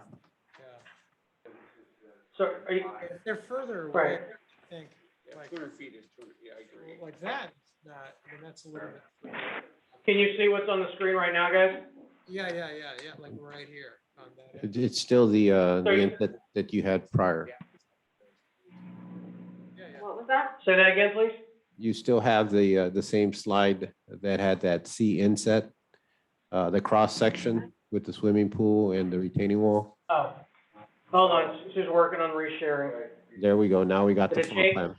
Yeah, we got the floor Okay, so layout. you're, got it? You see it now? All Yeah, right. we can. So, okay. So I think some of the concerns are the interior balconies in each courtyard, the ones that are on the corners of the building. Mm-hmm. The ones on the far west side, are pretty far away, so I think we can get on board with that. It's less likely an issue. Yeah, but I think, if you could screen kind of the south side of that porch, I think that would go a long way. See, I gotta tell you guys, I think that's horribly unfair to say that you need to screen someone who lives in an apartment from being able to look at their neighbor when they can look out the window to the south. And you're talking about even those balconies are likely somewhere between 120 and 150 feet away. I mean, that to me says that the apartment tenant, resident of Olivet, is less important than their neighbor. And that their need to be screened. But I mean, I think that's a message I don't understand why that has to happen. Is that there's something nefarious going on that balcony, or that person shouldn't be allowed to look south? I just don't get it. And I'm just being honest, and, just telling what I'm thinking. The building is pretty close to the property line, and stuff, and it is a larger structure. I think the height of it is some of the issue, and I do think, the view towards the south is, if they're looking down, it's down at the utility road or service road. So it's not like that's going to be the main focal point, but I think it would be helpful and respectful to those adjacent neighbors that are concerned. I don't know how everybody else And feels. I think, I also think people the difference between windows and balconies to me is you're not staring out your window constantly, like at the window watching out. The windows need to be there, light, fresh air, totally agree. It's great for aesthetics too. The balcony, people are hanging out. And I guess, to me, this is something that we brought up before, and I could be wrong, but I thought that you had even suggested it as an option last time, or that it was an option to put some of that screening. Yeah, I think you were gonna consider. No. Well, no, I said I'd remove the balconies that faced south, where the word trash chute is, that those needed to be removed, but I gotta tell you, if you have a home, it's a 2-story home, that sits next to a 1-story home, you could be 10 feet. That balcony, the alley is 30 feet, then there's another 10 feet is 40 feet from the, with the Stoneleigh Towers common ground, plus a few feet from our retaining wall, then another 80 to 100 feet to the house. So we're talking about a distance of almost 150 feet from the south side of the closest 2 balconies. And for the first minimum 2 floors, and if not 3, well, 2 for certain, they're below the grade line, they're below the top of the fence. And so that would mean, one, it would make no sense to screen the second floor that's looking into the side of the retaining wall. So you'd be screening 3 balconies on 3 floors on 2 units of the entire development. The balconies that are face east and west on that middle protrusion that Liam is circling now are 46 feet from the retaining wall, another 10 to, you're talking in excess of 150 feet away. And there is a significant tree line between that exists today and will remain, with trees upwards of 60 feet tall. And so, I'm not seeing it. I'm not seeing the reason from, what are we achieving with that? I mean, this is a perfect example. Look at the distance from those balconies to that house. I mean, we're carrying a major distance here. And I just don't feel like having that, a screen material up there, which is going to require maintenance. Honestly, I think it's going to look cheap. And I think it's going to be a maintenance problem. I mean, am I wrong? Well, I would just only add that they're, the intent of those balconies too is primarily focusing them on the courtyards, not to the properties to the south. That's why they face east and west. The activities in the courtyard, and visually, that's what they're engaged in. No, I totally understand. I think that you're remembering a different project. I where we don't ta- think we- so, 'cause I where remember we this got- developer where saying that. We had a lot of discussion about screening, because that was a Agreed. different kind of an issue. I agree, we definitely did talk about that. This is much further away. How far I- is I it to don't- that wall? I don't know, frankly, that you're gonna, you don't want them to hide. I mean, we're not gonna, you can't hide the building. You can't, it's a long distance. Well, If I'm not, they're not gonna look out and see anything that's bleeding. They're gonna have the sun at night in their eyes, if they're looking over the Stoneleigh Towers. south. And how far is it out the doors to that wall? Do we know about? From up here Carlos? on the 80 feet. dais? 80. The distance from where to where, place? From where we're sitting out the doors at The the brick city ribbon. hall, to that. We're trying to get a gauge of the I think that's distance 80 feet. here in the council. Oh, a distance there. I'm like, I can't measure that for you. No, we're not asking. you to. And the tree line makes a difference. I agree with that. I don't have an image of the tree line now. If there's large tree line, totally agree that makes a factor and a difference. Or how consistent. And how consistent, well, and I'm bringing it up because I could be wrong. I just thought that had been a discussion. And I thought you had even suggested that as a possibility to consider. That's what I thought. That was Opus. I'm not disagreeing with that too. I'm pretty confident it was this too. You're I agreeing with agree. me, but either way, but and I understand your point, we're just disagreeing on it. I think, to me, there's a difference between a window and a two-story house to a one-story house, because I don't sit at my window staring out. But if I'm on a balcony for hours, it's different to me. You're gonna I'm sit not there. saying it's a deal breaker, I'm just talking through options, just trying to express what the community. So, and I reckon it's just a significant difference. And by screen, I'm not talking about boxing in like a, I guess I was thinking like a mesh thing, but Yeah, I think the Opus group was talking about something that wasn't completely a solid barrier. yeah, that wouldn't make Right, no sense. but to me. something more like a mesh or, things like that, so. And those units were a lot closer. Yeah, that's- Oh, I agree. Yeah, I mean, But it's in the just trying to backyard. stay Yeah. consistent with, kind of I- our thought process. I have to agree with Greg in this point. I just don't think we're blocking anything meaningful. And we're signaling out those particular balconies for some reason. And if I That's were, because they're if I were, close, the if closer I to the were property. renting, that I would say, well, I don't want one of those, whatever you can see. Well, but you could also say that because the- they're looking over. I just don't see that they're gonna, frankly, they're gonna be able to see anything.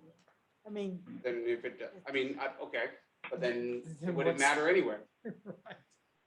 yeah, I mean, they're gonna see trees. But then I'm saying it's mesh or they can still, it's not like we're not talking boxing in. We're talking just the 90 degree, but I'm bringing it up because it's been something we've talked about many times, so. But I want to add one more thing is that, the linear distance, if we can go to a top down, of our project relative to our neighbors impacts at most 3 homes. When you look, and I'm not sure if we can get to a survey relative to the neighbors on any of the plans. You may have it. Lima may be able to pull that up. Yes. We don't share enough property line that, so you can see, there you go. Okay, perfect. Let's scroll up here. There we go. Okay, so by the time, actually you can see it on this one. There you go. Oh, I see what you're doing. You're changing the share. Okay, so if you look, I know it's a little light in, it's the subtext, you circling it. So that area is one lot. The next property owner is Mr. Sewell, and I think there's one in the middle. So you have 3 lots that encompass the entire width of our apartment residential portion, non-garage. And it's my understanding that on the middle lot, there is currently a developer that's going to, or has either is going to propose or has proposed north of $1 million home, knowing these plans are public. So I would ask, for what benefit? Say that again? I couldn't hear you. I think that the residents of the building are as important as well. Did you hear what he said? Carlos, do you have a tree, do you have like an aerial Google Maps of the tree? I think I'm just curious.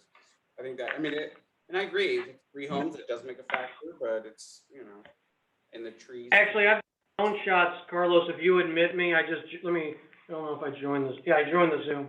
If you admit me, let me screen share, I'll show you a drone shot that I took on June the 11th after our trees were removed. That would be better than Google Earth, because you never know when it's. Yeah. Still have to do that price. All right, so I'm gonna drop your screen sharing. Okay. So this is a drone shot that I took from,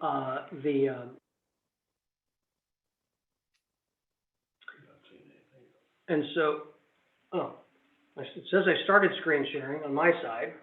Hopefully it's coming.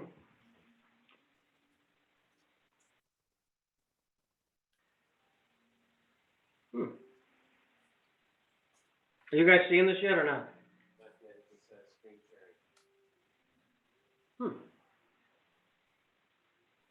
Let me stop it and start again.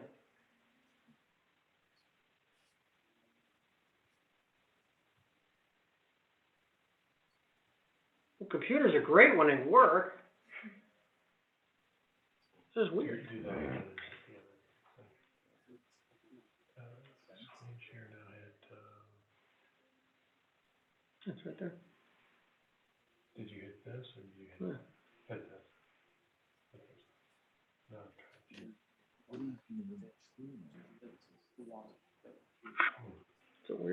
Oh, there we go, okay.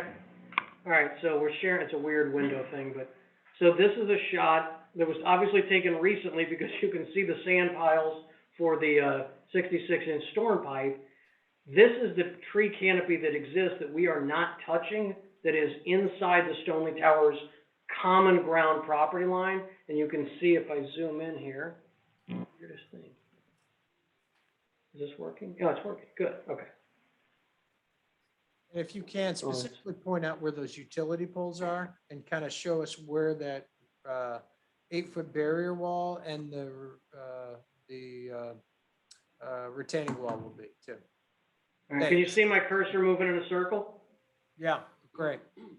Okay, so that is an existing power line. It gets a little grainy, but there's the transformer, you can see it right there.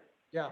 So this is the power pole. Now granted, we're pulling distance away, but about here, say about 5 feet from the base of the pole is where the retaining wall starts, 5 to 8. Yep. It's probably at least 8 feet. We had conversations with Ameren relative to the safe distance at which to cut the ground.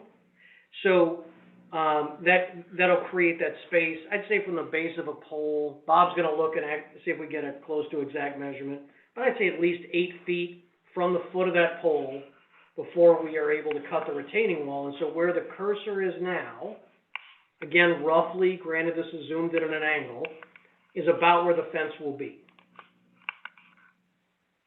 And the grade's gonna be cut. And the grade will be cut, so the area here will be significantly lower, but this will still be here. What do we think, John? Retaining wall 2, power pole, say, I think it's power pole number 2 or number 3 off of Price Road. I need to get it. Yeah, you need to get to. He's taking a measurement. But as you can see, I mean, this is, where's the house, right? And so if this elevation, where I have my cursor, effectively where Locust Lane is now, is about the second story. 6 feet. 6 feet, okay, so 6 feet from, let me slide over. So about 6 feet, I'm gonna guess is about here. Is that about right, Bob? Okay. About 6 feet from here is the fence. Then there's a couple feet with that channel that's gonna detain the water and control the flow of water so it doesn't erode the hill. Then the retaining wall. So, one, there's been questions from some of the neighbors about compromising the root systems of their trees. Don't see it happening. The tree roots should not extend that far south for a majority of those trees. And again, visual barrier wise, you know, if I had thought about it, I could have flown the drone up to a height and taken some shots. This is probably higher than that. So, you know, again, we think we're doing a great job protecting our existing neighbors from any visual interference. So to clarify where that road is now, the dirt road right now, it's gonna go, retaining wall's gonna start, that's the top of the retaining wall? So the top of the retaining wall, here, It's actually, yeah, it probably is, and then the road's gonna be lower. The road will be lower. And so the building is gonna be, level 1 is gonna be significantly in this view. Right, level 1 in this view is from where Locust Lane sits now, level 1 is 12 feet down in this area here. Again, we have a sloping hill falling, it's gonna be cut flat, it's gonna be cut down. So it's, you know, it's hard to 3D model it and show you. It's hard to show you in a still image. Well, I guess. But again, it's gonna. The base of those trees now is where in the building, what level, or how high up in the building do you think? Second floor. 12 to 14 feet. Yep. Okay. So middle. Plus, and then remember, from the base of that tree, there's an 8-foot fence that gets to, from the fence to the bottom of the first floor of the building is 22 feet. Right. And I think one of the other important, relationships that this drone shot shows is just the density of the mature trees, you know, and so it's really a green wall, right? It's a green visual barrier for those 3 homes. So I think that the schematic sections that we've been showing earlier, I mean, they're more like stick figures, right? They're just showing a tree, but they certainly don't represent the richness of what's there now in terms of the tree canopies and the diversity as it goes from Price Road east. And so, you know, again, this is hard to be exact on, but as an example, these pipes, right, if I line this thing up with these pipes for height, these pipes are 5.5 feet tall in diameter, so height. So if I give it a little more and just make it 8 feet, again, this is not exact because the hill changes and there'll be some steps in it, but at some point, I think that, what I'm showing you, is representative of the height of that screen barrier. Now, it's gonna step as the grade changes, but it's meaty, it's solid, and it's visually and acoustically impenetrable. So, again, that's why I don't think, you know, screening those balconies specifically is warranted, and I would humbly request that we not be asked to do that. All right, well, let's move on. I think we still have some more questions, and I'd like to go through those, if we don't mind. I think we're still have, some of us still have a little bit of concerns, but you did help clarify some things. So, I mean, I think that was very helpful. So let's move on. Thank you. There were some other questions. Tim, did you? I want to talk about the sound. Can you go back to the picture that showed the sound barrier fence in there and talk about a little bit more about that? And so you said you guys are going to stain it. Are you guys going to continue to treat that fence? Are you talking about the sound, the sound retaining barrier. wall? No, Like- the sound barrier. Privacy. Right. Oh, no, the retaining wall? The retaining wall, sorry. Yeah. Okay. Yeah, so the retaining wall that'll sit, you know, I think that, you know, originally we contemplated doing that in masonry. I think it's a much softer, aesthetically better look to do it in oak pile. And yes, I expect to have to power wash and restain that every 3 to 5 years. Yeah. I mean, look, we're going to maintain ownership of this building. Maintenance is really key for us, and aesthetics are important. My partners in this that will manage and operate this building are the people that used to own and manage Clayton on the Park and a number of other properties where eye to detail, cleanliness, aesthetic appeal, fresh flowers in the lobby, not fake, never finding a piece of trash in a hallway. That's how these buildings are run. And frankly, at the rent levels we're going to be, we are going to run a first-class A building. No one will question. And if someone notices something, I'm certain, and Rob can attest to this as being part of the company that is my partner in this, nothing is left unaddressed. Right, and this will be clearly visible from the main amenity spaces of the courtyard, the swimming pool and the other courtyard. So it's nothing we want to become an eyesore.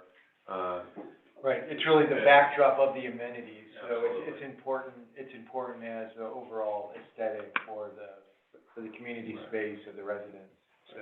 And over twice the cost of it we've done at masonry.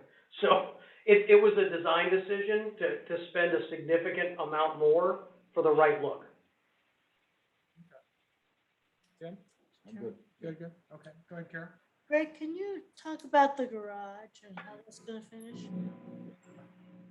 Yeah, so the garage is gonna be a precast structure. If you don't mind, Uh, Greg, hold up. yeah, Another question about the retaining wall. Can you talk about, I can't hear. There was a question brought to my attention regarding the retaining wall. Can you talk a little bit about how the stormwater controls work, both on top and below the wall? Oh, sure. So, I mean, all of the stormwater control is highly regulated by our friends at the Metropolitan Sewer District. And so we will have, again, on the top of the wall, there is a mandated channel to keep the water from protruding into the Oglagan pile and weakening. weakening it, and that water gets channeled into our MSD-approved stormwater system.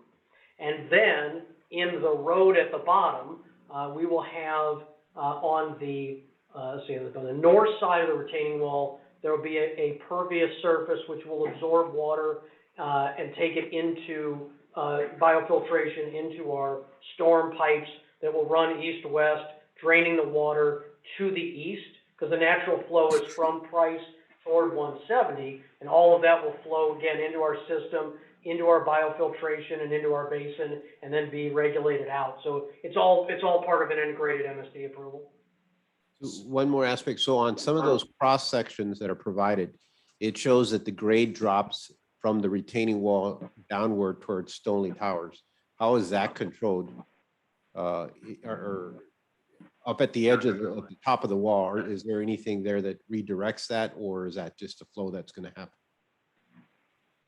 Well, so the flow, most all the flow will be below the Stoneleigh Towers elevation, and then as it moves to the east, as you approach the area, for example, of the old train trestle, there's a point at which water actually from Stoneleigh Towers, the back of some of the homes, is piped underneath the old trestle in an old 18-inch clay pipe that we think is over 100 years old, and flows water onto our site, which again, we will have to deal with. So I think I understand what you're talking about. But again, all of this is regulated to the quarter gallon per minute under MSD, and our submittal, I think we're on our 4th review of the submittal. It's about 100 pages. They're looking at everything. So does that answer your question, or is there a specific point on a site plan that you want to ask about? I think we just kind of want to understand what you're kind of proposing, because some places the fence is higher than the Stoneleigh Towers, some places it's lower. So are you guys going to build a little trench? You know, how is that? Is it? Yeah. How is that going to work? And I'm able to see it on the cross Sure. section. I'm not sure that, I think I might be able to address the question, but tell me if I'm wrong. But the top of the retaining wall, the oak leg retaining wall, it's really following the existing contours along the north, or I'm sorry, the south property line. So that channel that Greg is referring to is really just capturing the water, and then the water will flow as water does to the lowest point by the pull of gravity. So we'll be controlling that, so it'll roll down it'll be captured in those channels, and then east and west, and then it'll go into the MSD system. Is there a particular cross section you're referencing? Yeah, if you look at your sheet, I think it's 8.3, where you have all the cross. Yep. sections. Yeah, I'm looking at it right now on my computer. See, with section CC, you know, the ground flows towards your property. But then if you get to section EE, the ground slopes back into Stoneleigh Towers. So we're just trying to get a better feel or understanding how you're gonna, you know, what the intent. Well, so that's right. So actually, the water currently flows towards Stoneleigh Towers now, and the elevation of that land is the dashed line that you see continuing toward us. By us removing that land, we're actually removing area that drains towards Stoneleigh Towers. We're actually cutting water flow that falls toward that house. Right. Because if you think about it, that existing elevation carries you're looking at EE. That was right, EE. Yeah. So on EE, right now that land, all of this land falls toward the house. As we remove that land, we actually remove the amount of land mass that can fall. So there you go, perfect. So everything from the retaining wall to the north currently drains to that homeowner's lot. As soon as we cut the hill, they actually get reduced water flow. Everything, so none of our water is actually flowing toward them. We're actually reducing a massive quantity of water. Their yards are probably going to be drier when it rains. We're actually capturing it. Yeah, we're capturing it on our side versus what's happening now, which is it's falling onto them. It's just rolling, right? Yeah. I get, that sounds good. I think we follow that. So now when you have the opposite, like where you go to section CC, what are you guys gonna do there? So that the Stoneleigh Towers water on CC, which is falling toward us, will then be captured at the top of the retaining wall in said channel that I mentioned earlier. Here we go. So there'll be a channel there between the fence and the retaining wall. That water will be run east at the top of the wall or captured in pipe under our engineering detail, which I don't happen to have handy. But I can assure you that MSD has made sure that every cubic inch of water will be controlled. So, you know, honestly, at the end of the day, the water's my problem because if it falls over the wall, it gets caught in my storm system and gets carried to the east. But it has no impact, should have absolutely no impact on the neighbor So. because water's falling on me. So the water's gonna flow under the fence or no? Say that one more time? It will flow under the fence to the channel between the fence and the top of the retaining wall. Correct. I just wanna make sure that we have something that's not gonna create like a little pool of water, 6 inches puddling up against that fence, if that makes sense. Oh, no, never. No. Mm-mm. No, we'll leave an air, there'll be an air gap there. Okay. How big is your channel gonna be? I have to look at an engineering drawing. I'd say it's probably gonna be somewhere between 24 and 36 inches wide.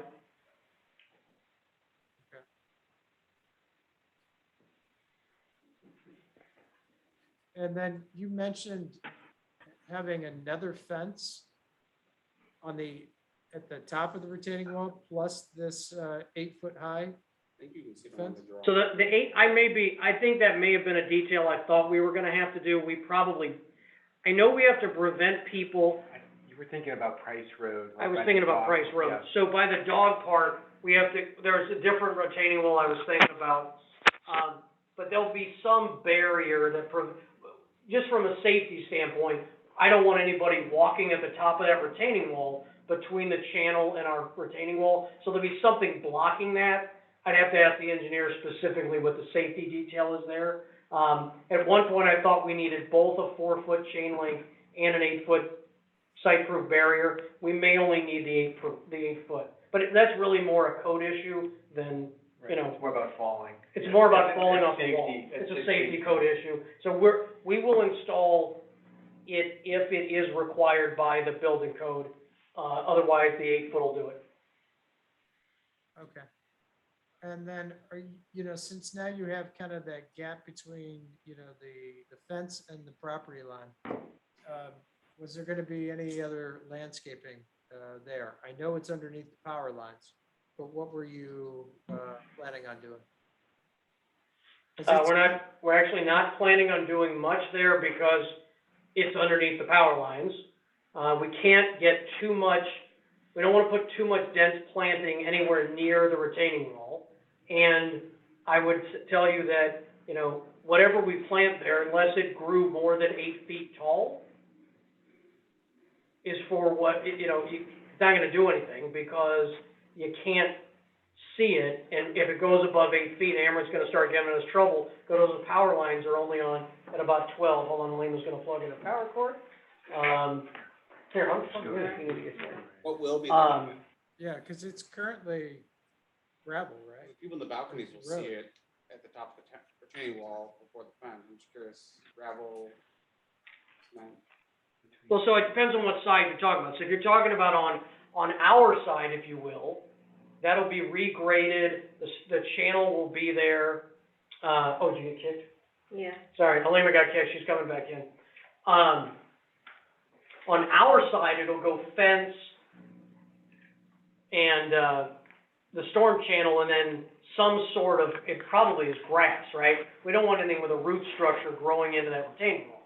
In the distance between the fence and the neighbors to the south, which might be as much as 5-6 feet, nothing's really gonna grow there because it's gonna be between their tree canopy on their lots and the tree canopy in the existing common ground they have, and an 8-foot tall fence.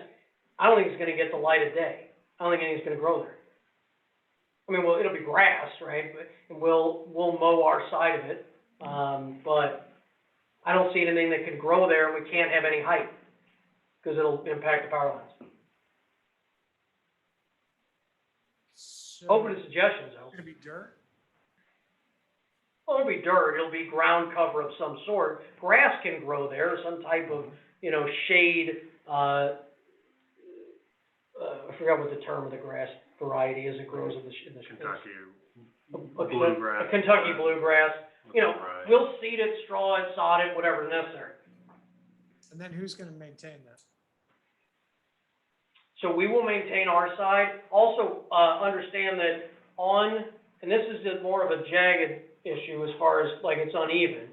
Some of the Stonely Towers neighbors to the south have their fence at their property line, and some of the neighbors have their fence on the north side of the common ground. And so they've fenced in the common ground, which isn't technically their owned property. So I think it depends where the fence is. If we can get there, look, I'm big into land maintenance. Everybody knows where I live, so not like, so I think it depends. I mean, we're going to be a very good neighbor and probably cut grass that isn't ours if a neighbor would like us to make sure it looks good. But that land may also be sandwiched in between our 8-foot barrier and their 6-foot wood fences, which if I went back to the aerial I showed you, or the drone shot I showed you, you can actually see wood fencing in there for some of the houses. So it's a condition that changes for the 3 to 6 houses of the entire run. So it may be say a 5-foot strip trapped between 2 fences that no one's going to go to. You can't see. Yeah, we wanna make sure that somebody takes ownership of that or control over that and addresses it properly. Oh, absolutely. And I think, that would be something I think you could work with staff on to decide, but I just want to make sure it's just not left as bare dirt, bare ground, Well, if you're trapped. Understood. If you're trapped, it's gonna be overgrown eventually. Yeah, I good mean, it's point. gonna, you're gonna have the honeysuckle or whatever, and But I know, think it it's should be a still, trap. you might be trapped going north and going south, but there should still be a way to get there east-west.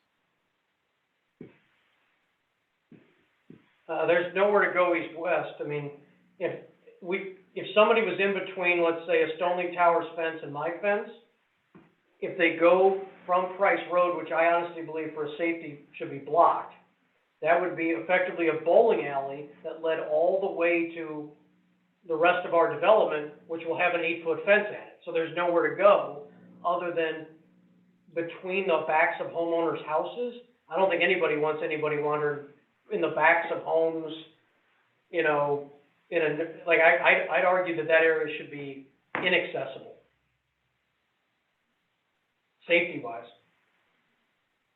Well, then maybe you might want to consider some ground cover or something like that that's less maintenance, but still covers it. Yeah, exactly. I mean, I will absolutely work with staff on the best solution there. Very good. Okay. Any other questions or comments? Oh, I had a question. Greg, could you talk about the garage? What the finish? Oh, yeah, you asked about the garage. Sorry. So the garage is a precast garage. It's got about 290 spaces in it, above grade. It's roughly a square structure. It will, Carlos is driving. If you have I don't have an elevation on that, if you have that available. And there are, I can, the full set. I think you need to give me permission to share my screen again. Oh, yeah, you gotta give her permission again, because she got kicked out back. Okay. All right, so Halima's gonna pull something up. So it's with 4 levels, Okay, you should yeah, be 4 set. levels? So it's 4 levels above grade, architectural precast concrete. Entry to the garage will come off a hilltop drive. The only access will come off a hilltop drive. There we go. Elaine was working now. And the garage will sit, again, as I mentioned earlier, the entry point of that garage compared to Price Road is at that point almost, probably at least a dozen feet below Price Road. So, you know, we've wrapped the front of it for the most part with the building, so it protrudes a little bit. So we've tried to minimize its look. You know, we'll probably work with a precaster on some sort of tinted concrete. But we, you know, for the most part, over half that garage sits below grade. Or sits below the fence line. Sorry, not the grade of the neighbors, depending on where you are in the building.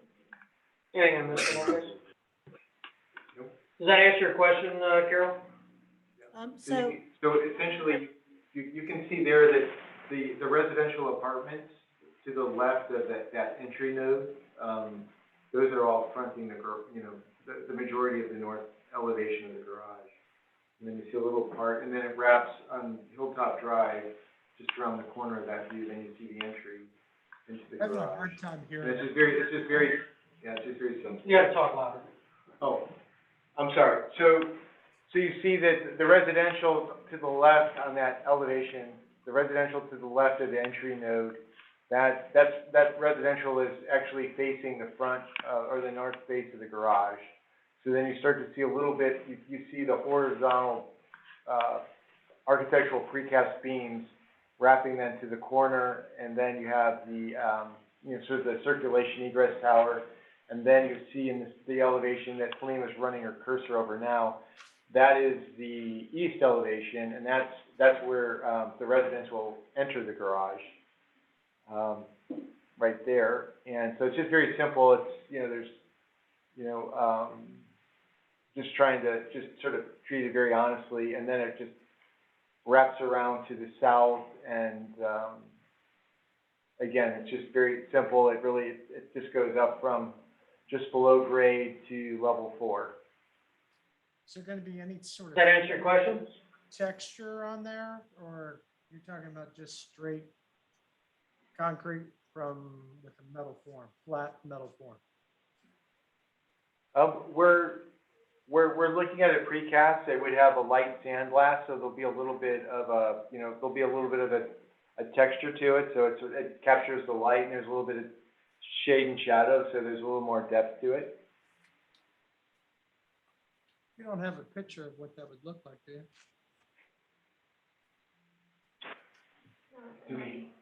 I'm not sure that it would be all that dissimilar from the Oliver garage. I think ours might look a little bit richer than that. Yeah. I think that's right. Yeah, and we can, in terms of, the staff, we can provide a photograph. Yeah, we can provide some photos later. Also, one of the things I'd like to point out about the garage angles is you don't see a whole lot of this garage unless you're inside the development, because once we construct the office building and its garage, you won't see the eastern profile of this garage except if you're in between the office building and the garage, or within the development itself. So, our structures hide our garages from a lot of different angles once we complete them all. But, it's not going to be run-of-the-mill straight gray concrete. Right. And it's not going to be, for lack of a better analogy, the Centene garage in Clayton. Right? Certainly not gonna be that. So it'll be a step up, but because so little of it is exposed to the light of day of the world, it's just not worth, treating it very intensely if you can't see it. And treating and mixing in chemicals into concrete for architectural benefit can also decrease the life of that concrete, which we are not interested in, Well, if you decreasing life. Say that again, Greg. It decreases what in the life because you're staining the cement? Well, if you change the color of the concrete, it isn't necessarily all the way through. It's just, you want to mix it the right way. And so we're using an architectural grade, which will have some more relief in it, but is not going to be coated per se, or panelized. because we don't want water in between the panels and the concrete, because that erodes the life of the concrete. If you put a design panel on the outside of a concrete garage to make it look better, in this climate, you get water, and when the water freezes and thaws, it degrades the concrete over time. So, we're trying to go with an upgrade to bare functional without, again, spending money to dress up a garage that no one can see. Right. Now, Greg, I think what was, we understand what you're talking about when you put a panel on the outside, but I think the question was here about, you said something that staining the concrete was going to degrade the structure. Not staining it. I think Greg mentioned using sort of chemical washes or something. But I think what our intention is to have more of a lighter sandblast and using the architectural concrete, so that it's integral, and then there's a texture with the light sandblasting, so the concrete actually captures the light, and then that's where it becomes visually more rich, because there's shade and shadow, and there's just more warmth to the concrete. It just doesn't look so utilitarian. It's more of an upgraded surface. Yeah, if you That's the plan. have a picture of that, that would be great. But I know you don't have it now, but if you had it. Yeah, apologies for not having it for this presentation, but, yeah, we can reference that and get a photo that can be part of the submission, or, sort of the. Now that we're talking about the garage too, I'm assuming this is already factored in, that wherever the cars are turning, the headlights won't be, coming out the openings, basically, like those walls will keep the light in. Is that correct? Absolutely. 100%. Well, and just, to Yeah, we got to another. maybe comment on that, just, Go ahead, I'll just go ahead. Oh, I was just gonna say, just given the floor to floor and the structure, I mean, our garage is it's really designed for automobiles. So it's not, just in terms of from a practical point of view, you can't take big trucks in that are gonna have elevated lights. So it's sort of self-policing also, on top of Greg's simple, yes. Yeah, I get it. You can't get the really. So I just thought for additional comfort, I'd throw that out there. Yeah, I appreciate that. That's good. That's good. So I think there's another question from Missy Waldman. She has a question. Mr. Yowitz, Yes. I need to understand better why you want to go to a wood retaining wall when the conversation for the longest time has been a cement or a veneer type of a wall versus wood. Wood deteriorates. What made you change and present this tonight? This different material? It's a richer look. It is honestly almost 2.5 times more expensive than concrete. While it will age over time, its life expectancy is north of 40 years. And we think it's an upgrade visually for our residents. It's a choice we made to invest more in a better looking solution that, frankly, I'm not a sound engineer, but wood absorbs sound better than reflective concrete, right? It's math. So we look at this as an upgrade design-wise, both from our side of it, a bigger investment in the community. Yeah, we could do it cheaper, but we don't want to. And we'll be responsible to maintain. Maybe you could show kind of a picture of that. I know you showed a picture in your presentation, but that one was unstained. Maybe you could show the one like with it painted and stained, what you intend to present, intend to have. That would be fantastic. I think that's. Well, I mean, the picture you saw was a representative wall that we, got a photo of, but it'll be dark. We'll pick a tone of stain that Bob, Alima, and John think is appropriate. Right. It'll complement the building, so it'll be working with the color palette of the residential building itself. Right. And I don't know that I would say that this wood wasn't at one point stained. I have no idea where this photo was taken. I'm gonna say California. Oh, I don't know, is it up on the screen now? You know, so, you know, we will stain it a color that looks good, that my architects tell me is the right color. And when it needs to be power washed and restained, we'll do it. This building is gonna cost $50 million. Trust me, we're gonna make sure that retaining wall is consistently maintained and looking good. And it's our risk, right? It's our maintenance issue long-term. Okay, any other questions or comments? You want to talk a little bit more about that?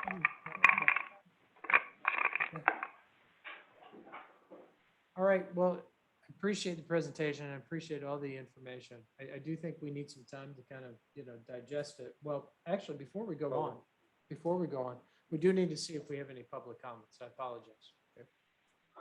You can kill the share.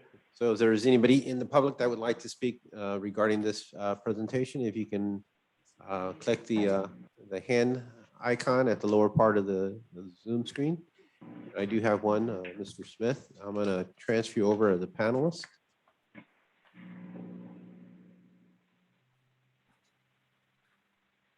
Mr. Smith, you should be on. If you can unmic yourself, and if you have your video available, that'd be greatly appreciated, and just identify yourself and address. Thank you, sir.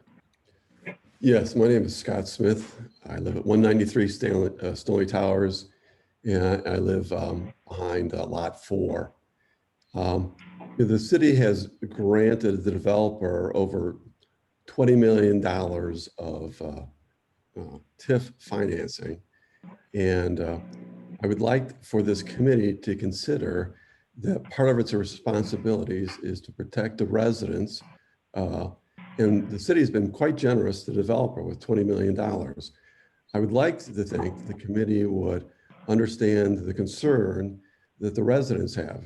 The developer mentioned the last time we met that no one cares about it because they don't show up to meetings. The reason they don't show up is every time the residents show up, we don't see any effort by the committee to address our concerns. They're completely ignored. The result is no one comes to the meeting. I'd like to bring up two particular questions. In the subdivision regulations of Olivet, I believe the section is 405.372. You might want to record that. Item J, it's protection of trees. Trees which are designated to remain shall be enclosed with a 5-foot high temporary construction fence located at the drip line of the trees. No grading activity or storage will take place within the enclosure. Any tree designated to be saved, lost during the grading shall be replaced in accordance with the section. I submitted to Carlos via email the Davy tree evaluation of the trees that are on my property and also on the common ground. And a substantial part of the root system is going to be damaged by what's being proposed. And even in the ordinance of Olivet, they call out the requirement for tree protection. I'd like to have these trees preserved and the existing Olivet tree protection enforced here.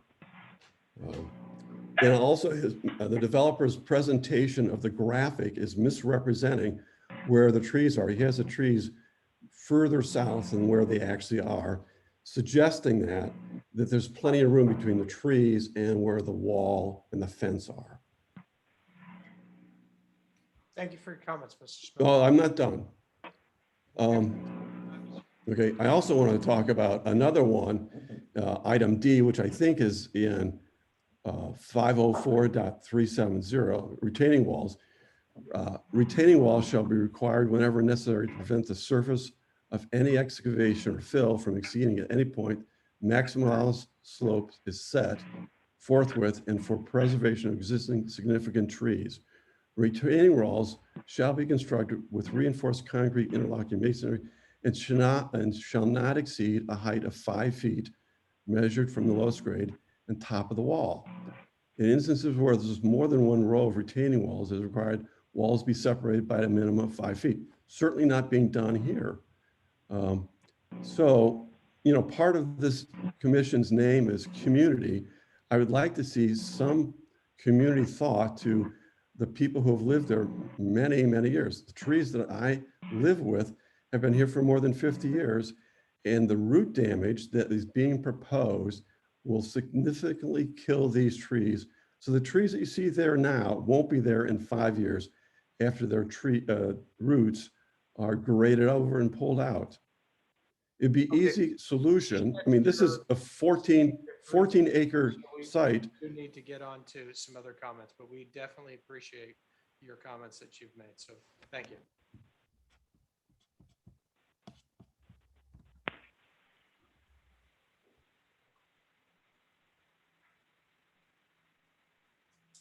Right, if there is anybody else that would like to speak in regarding to this agenda item, if you can identify your hand at the hand icon, it's located at the lower portion of the screen or the Zoom screen.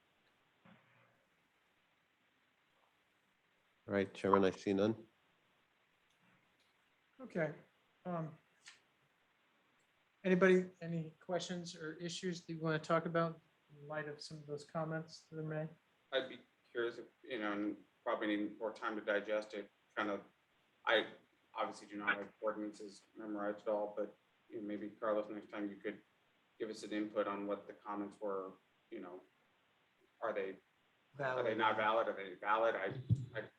I'd be curious to know like why.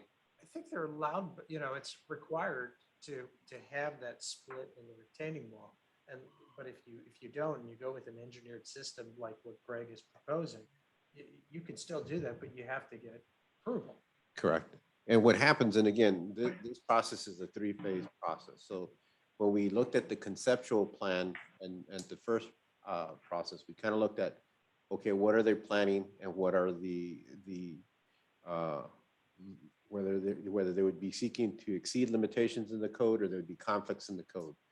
When we put together the development review plan, which adopts the master plan, we also created a plan development district and noted, where there were these inconsistencies and whether waivers were going to be granted to those in exchange or in lieu of ways or methods to mediate some of these issues. And those were, essentially adopted. So the points about the trees, the points about the retaining walls, the points about landscaping within the buffer, those were all, brought forward or brought to the commission and council's attention as we were going through the concept review phase, and the exemptions were adopted as part of the PDD. So he is correct. There are in the code.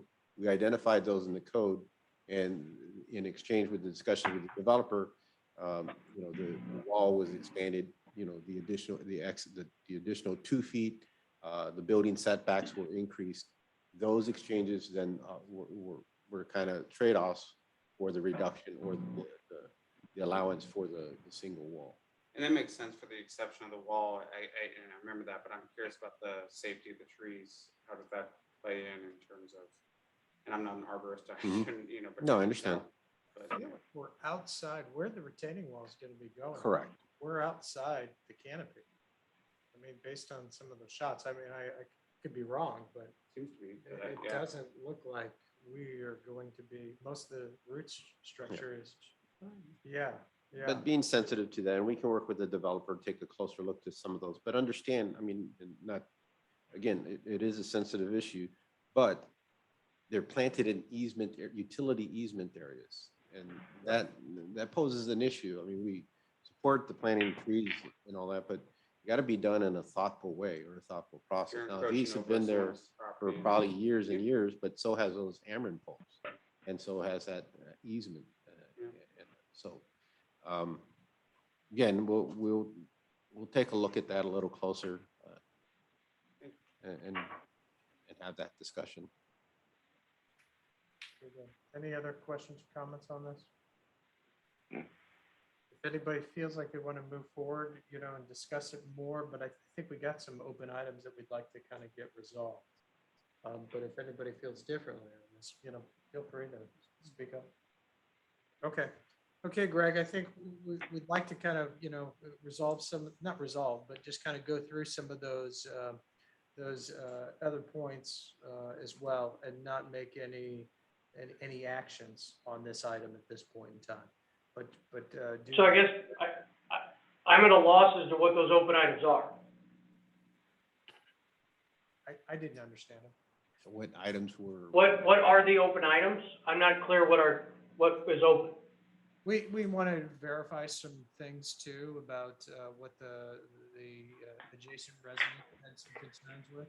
Make sure that there's no other issue, that we're not missing anything, basically. I think Concrete finish. the concrete finish we'd like to see. Anything else?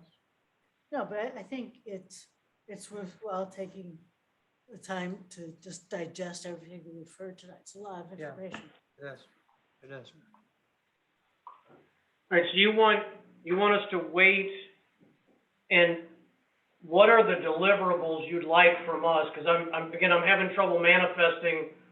I understand this is a very large project, but other than a finish on a concrete garage, I'm just trying to understand what my team needs to do to answer the question, other than we need to think about it, which, I mean, if you tell me, hey, Greg, we need to think about this, okay, but if we've met the burden of the requirement of the submittal, great. If not, I just understand what to tell them to do. I don't think the members of the board right now feel extremely confident to make the vote. I don't think there's any concerns right now, but I do think we would like to take some time to go through and look over the drawings a little more. I'm not speaking for everybody here, but Yeah. Greg, I don't know that I can articulate a specific question at this point, but I do think that this is a sizable project for us and that it's worthwhile for us to take some time and go through some of the details you talked about tonight. Okay, I mean, I understand, I'm just confused. We submitted these drawings 30 days ago. And, you know, when someone submits for development, usually there's a deliverable after if you can't get there to a recommendation. But so far, I'm just hearing the concrete finish on the garage. Greg, if you want to push the vote, you're more than welcome to, but I'm not sure we're ready to do that right now. Look, I'm not going to push you. I'm just sort of confused with, have we satisfied the requirements of the submittal? And if not, I need to know what we need to do. I don't know, again, I don't know that we could articulate for you that there is this specific item that you need to produce X, Y, and Z. But I do think you have produced a lot of information. At first glance, I would tell you that to me, it looks pretty good. Having heard your explanation and our discussion tonight, I would like some time to digest it. I don't know that it requires you or your team to produce anything else. I don't know that you have to do anything else. I know that I would just like some time to go through the information that you told us about this evening. And especially too, it's not like we have 30 days ourselves on the commission to all meet together, review this as a group. So we're hearing certain comments from other members of the commissioners for the very first time. All right. So, when's our next meet? I just need to make sure I schedule our team. If there are additional deliverables, will Carlos let us know? Yes. Yes, that'd be And great. Carlos, when would our next meeting be? The next scheduled meeting would be the August 5th. And what, if I can kind of summarize what I think I've heard from the commission of where there are some questions or some inquiries for us to engage with you to look a little closer, and starting from the earlier onset.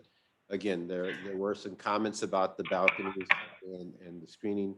And I think you've addressed some of those, but I think if there are other architectural elements or things to try to balance, this out, would be worth looking at in there. Number two, I'm not completely sure from the commission if, the illustration that I saw regarding the retaining wall, the wood retaining wall.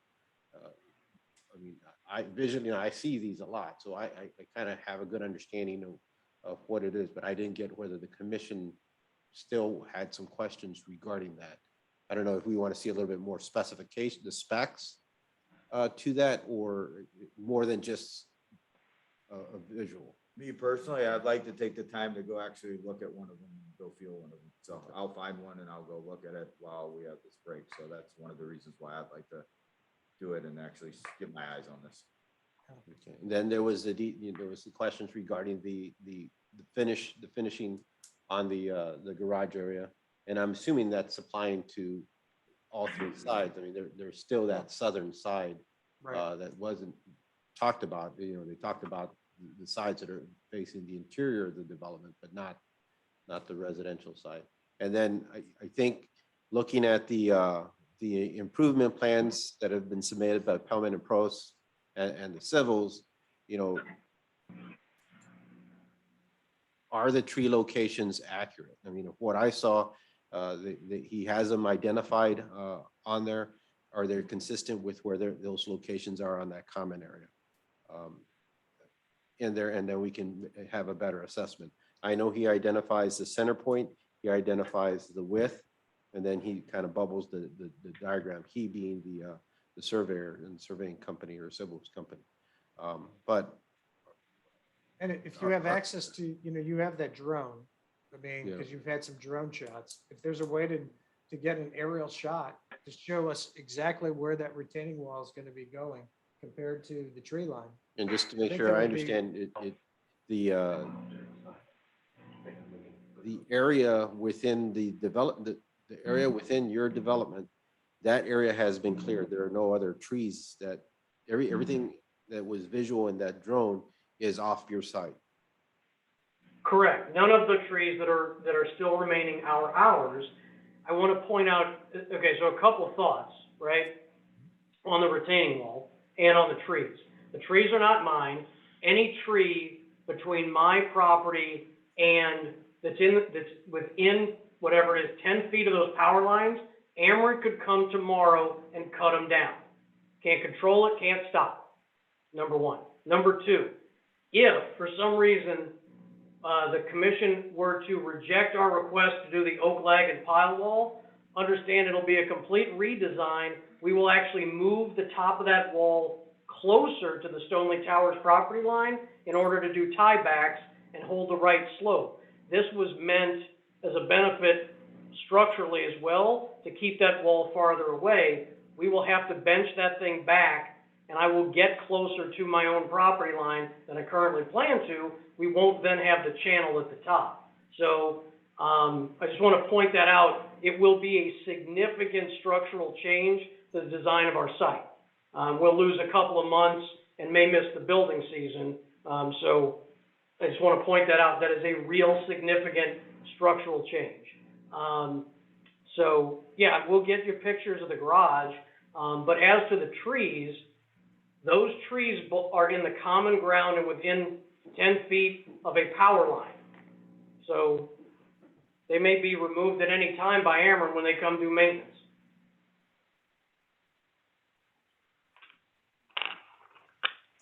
Right, and I think that kind of summarized what I heard. If I'm missing anything else on there. Would anybody like to do a site visit? Would that help? Would an on-site visit help?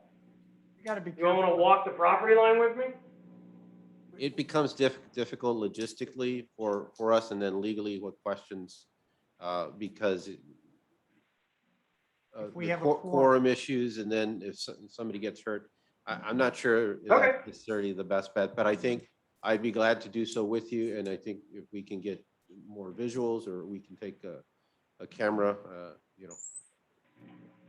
we could probably get enough information to show the commission of what's out there. And I think that drone picture kind of showed it well, because you can see how everything sits behind the power lines. it seems to be like a belt that's already in place. So, Yeah, yeah. Great, happy to do it. Great, thanks.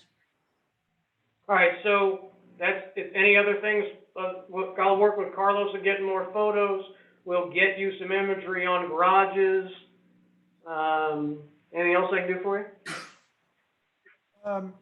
No, I think that's it. So thank you. all right. All right, we'll see you on the 5th of August. All right, sir. Very good.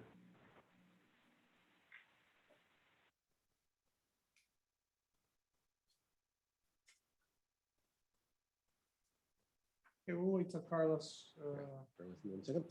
yeah, takes care of this, and then we'll move on to other business.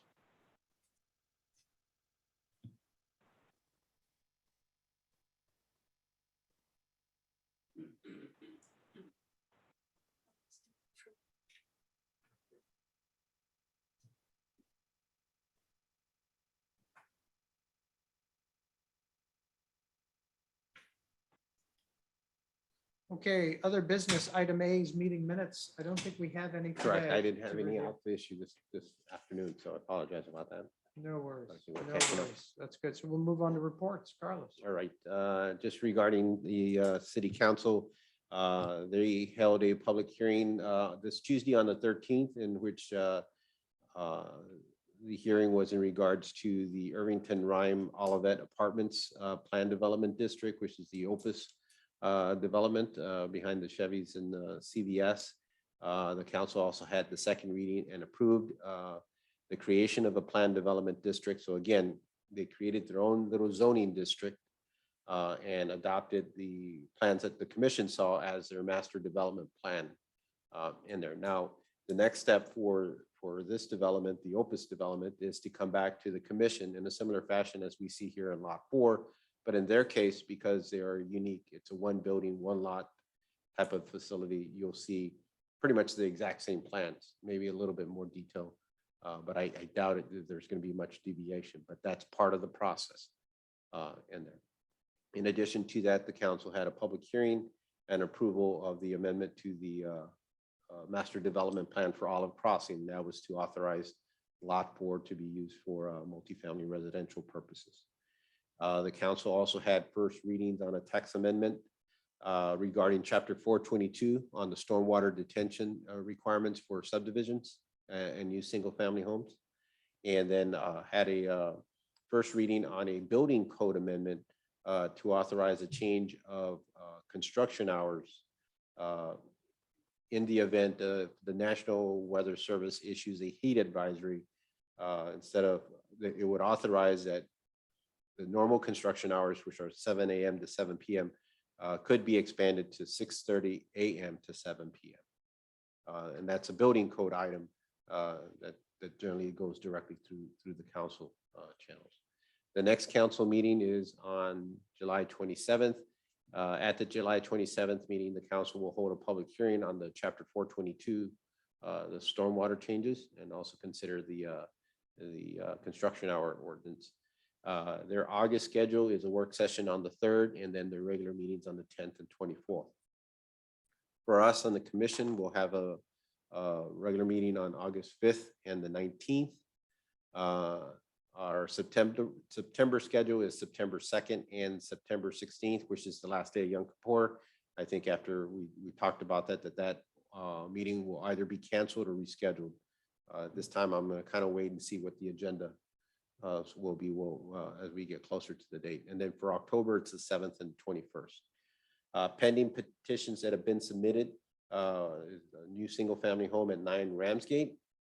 And then we have waiting to see if we're going to get some revisions on an addition on Crabapple that recently went to the Board of Adjustment, was denied for a rear yard setback variance, but I'm not sure. I'm waiting to see what kind of revisions come back in there. And then, of course, we still have some outstanding pending items, which include the Olive Crossing, Lot 4 design review, and number 11, is it 11 Forsythia Lane, the new single family home that's there. Regarding city events, again, we're slowly opening facilities for public meetings. The council held their second meeting, I believe, in July, in which the public was allowed to attend the meeting on the 13th, though. We had probably the largest crowd in attendance, and only because there were several new employees that were sworn in and a new employee in there. And we had, I'd have to say about 13, maybe at a peak, people that attended in the facility. I think from our end, I'm not sure if everybody's comfortable with August 5th, if we're ready to allow for in-person and in Zoom. Like you guys to think it over, and then if you can just forward me your thoughts or comments via email would be sufficient, and then we can have that discussion with the city manager. You guys, I mean, has there been any discussion or talk about, I mean, the cases starting to rise now? Yeah, you know? not as of yet, and I know it's somewhat recent, and that's where, I'm not sure what the commission's thoughts are, or nor whether the council's had that We discussion. haven't had that conversation. I mean, the conversation we initially had, there were some of us that considered concerns that we didn't think it was safe enough to even have people back in our city council meeting. But, we came to say, yes, we would do that July 1. I'm all more for being, safe. And, I know what I did, and, you're the body here, and you have to feel safe. And so the decision as to whether you want, people to come back here physically be in the building, that's your call. And when you say that they're coming back in there, is that full on, like there's no distancing, like No. as many Those people as things can would be fit? practice. We would practice. But how do we're still not, we wouldn't be requiring masks, and we don't, That you're having the same conversation the council had.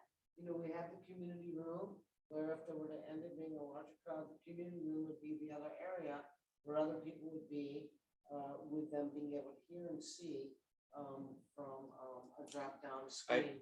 yeah, I'll just, everyone, my general view is as long as the people are still able to access via Zoom, as long as somebody isn't disenfranchised with the cases, Delta rising, I'm honestly, I'll be candid, even us meeting as the Delta increases, multiple friends who have even been vaccinated still get sick. Just something to factor in. We both came in with masks on. If the levels were this point or lower, I'd feel comfortable. You know what I mean? But if they continue to increase, I think there's some added risk there. Totally understand your perspective. Yeah. And I'm comfortable. I think it is the role of the council to take the lead, and they just started. I can't remember the work session was open. It's tough to undo it though. That's my concern is once you open, then it's bigger to go undo. Or you pick a date in the future. And with the cases, like right now, the cases are rising. So it's hard to predict exactly what they are going to be when we actually open. And so maybe if you did something, if you could maybe kind of factor that in with the Metro Pandemic Task Force and kind of identify a certain threshold, a number. Yeah, I really think at this point, as Carlos Trejo said, the council is the lead. I don't know whether we will backtrack on ours as well. I don't think so, but I didn't support allowing people to come in yet.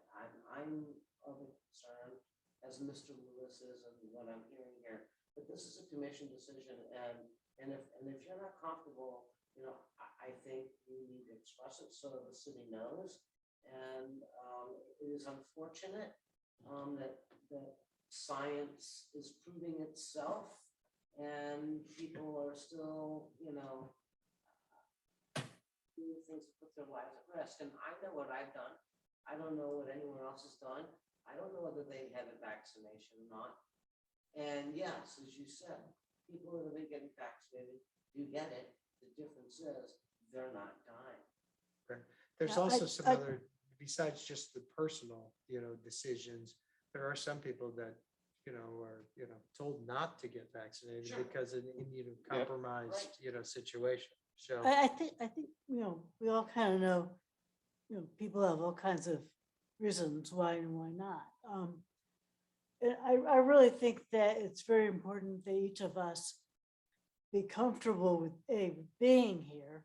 And if we're not all ready yet for people to come back in, we have a Zoom alternative, I think we should stick with it for a while. And let's revisit the issue when we have a better sense of what's going on out in the world, and if the numbers stabilize and come down, we can change our minds. But I agree. otherwise, I think we're fine for right now, it's just keeping with what we're doing. And when Mr. Brophy comes back, I'll be stepping down and be sitting down there because, we're a full table here. We needed bigger, we needed to build a bigger room. Maybe a new city hall. Yeah. We were built for a pandemic. Yeah. I remember the old building. Remember the old building? Yes, yes. No, and I'm fine, and we'll have that discussion. I'm sure the council will carry that on too. And I haven't had, at least from our end, where a petitioner wanted to be in attendance. I think so far the flexibility has worked. Yeah. In there, and I think it's always preferable to have, people in, because you can, right now we could. Look like tonight. Yeah.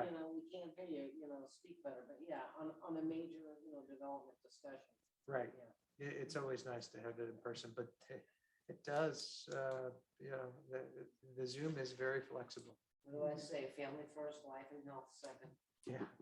and then city of all Yeah. that. And then following up a couple of parks and rec things, of course, I think there's 2 more weeks of summer camp. I think there's 2 openings still left, or for some of their remaining activities. They're starting micro soccer and youth soccer registration. I think a blast email was sent out today. There was a scheduled meeting regarding the community center and parks master plan updates. It was for towards the end of this month, but I believe that meeting date is being changed to mid-August in there. On August 19th, the city is hosting electronic recycling, shredding, and drug drop-off. I'm pretty sure that that's going to take place at Stacy Park. It's been done here in the past. It's going to be scheduled in Stacy Park. It's on a Saturday, and I believe they're afternoon hours as opposed to Monday hours. If I'm right, it's 4 to 7. You said Saturday, but it says 8:19, and that's our next meeting on Thursday. Oh. So. It is a Thursday. Oh, Oh, really? The date is a Thursday, or the Yeah, I think it is. reception No, I think it is on a Thursday because I have it on my okay. calendar. It's on a Thursday and it's in the evening. That's why because it's they I'm had reading a- more than anyone had just. It had previously been on Saturdays. There were And this was issues very with that. packed here. It was always a traffic jam here. Following Yeah, up. turns flipping around. So they really have a larger space over on Stacy to do that. So they chose a mid-week evening. Okay. Depending, how things go, parties in the park is back, and the first scheduled date is September 10th. And I'm not sure if you would note Olivet Night Out, if that's been official yet or not. Well, I'll I'm let not you. sure it's been totally official. I mean, I think it ended up being considered for September 29th. I'm not totally sure. But that is, based upon, we're always still watching. This is a fluid situation. Yeah. So the council did set a date, but as we see what's happening, it may be postponed as well. I'm gonna go to my calendar while you. Yep. And then some general updates. The Great River Greenway, we did receive grant funding for construction of the Greenway Trail. And that's for the point that extends from the community center, the new community center, all the way up to Dealman. They're getting the bids ready, or they're going out for bids for the new community center and Warson Park improvements. That will include the construction of the trail. And then once that's done, the trail will extend from the eastern end of Warson Park north and kind of circle to the northern end of Indian Meadows and connect to Dealman. And I think they're looking at a 2-year timeframe for that completion. City Center redevelopment area, or the Oliver, the 3rd floor is going up quickly. It's pretty neat to see. And there, the best of my knowledge, they're still looking at fall leasing, and that's like right around the corner too. But it's been a neat project to watch. Firestone, we're hoping demo will be within the next couple of weeks. They're waiting for utilities to wrap up their disconnections. A couple of them have been pretty slow on some of these projects, but they got their MSD approvals. We had the building permit ready, and they got everything for the demo except for the release papers. So they're ready to go. They may be doing some improvement work on Olive Boulevard regarding closing some of the those aprons. So you may see some disruption probably late next week or early next or the following week, because they'll probably have a lane closure as they're trying to take out the curbs and replace on Olive. So, For the crossing, right? For- no, this is for Firestone. Oh, You know, for so Firestone, He's got yeah, the two, they'll go down to one and kind of relocate that. Olive Crossing, we've had our discussion on that today. As that continues, they're still doing some of the site prep work and grading. Plant Haven Commercial Center, Easy Storage, they're slow to go. They're still haven't given up on those projects. There's just been some issues regarding whether county assessments or just the time period that we're in with the pandemic and trying to secure tenants on those sites. But discussions continue with those, and we're still pretty confident that they will happen. And I think that kind of wraps up everything I have on that. If there's any questions, we're done. On I'm our looking at end, the mayor had his first coffee with the mayor yesterday. I'm sorry, Don, were you gonna? Oh, no, I said I was looking at the COVID map. Oh, okay. Yeah. Look, our executive, St. Louis County executive was on the national news this morning. You know, I mean, they used his daily briefing as an example of Missouri and its rise in COVID. And so, you know, we are all concerned. So yesterday was the Mayor Clark's first coffee with the mayor. It was a discussion with regard to the Great River Greenway. And as Mr. Trejo said, the creation of the pathway that goes from Morrison Park through Indian Meadows onto Dillman. It was well attended. People did attend. There was about 15 people, 20 people. It went well. The city's hired a new police officer. She came from Rock Hill, history with Rock Hill. We hired a new recreational coordinator. He is handling the soccer season right now. And he's a Jayhawks fan, so let's not give him too much of a hassle. Yeah, we do have a schedule for a national night out. It is near the end of September, but I didn't put it in the calendar because it was not set in stone yet. The only thing we really did set in stone and hope it would be good is the party in the park, September 10th. The band Pedro, something, which was the band that was supposed to play at this 90th anniversary dinner. We will have them perform at the party in the park. That will be outside, and hopefully that will be a successful situation. That is really all that I have to report at this time, other than to always thank you all for everything you do. And this is a very important board, and I am glad that you think thoughtfully and you don't rush, and I appreciate that. You're good. Any other questions, comments? Seeing none, we'll adjourn at what time is it? 10:18. 10:16. 10:16. Thank you, Chairman. I think that's a record. For me, at least.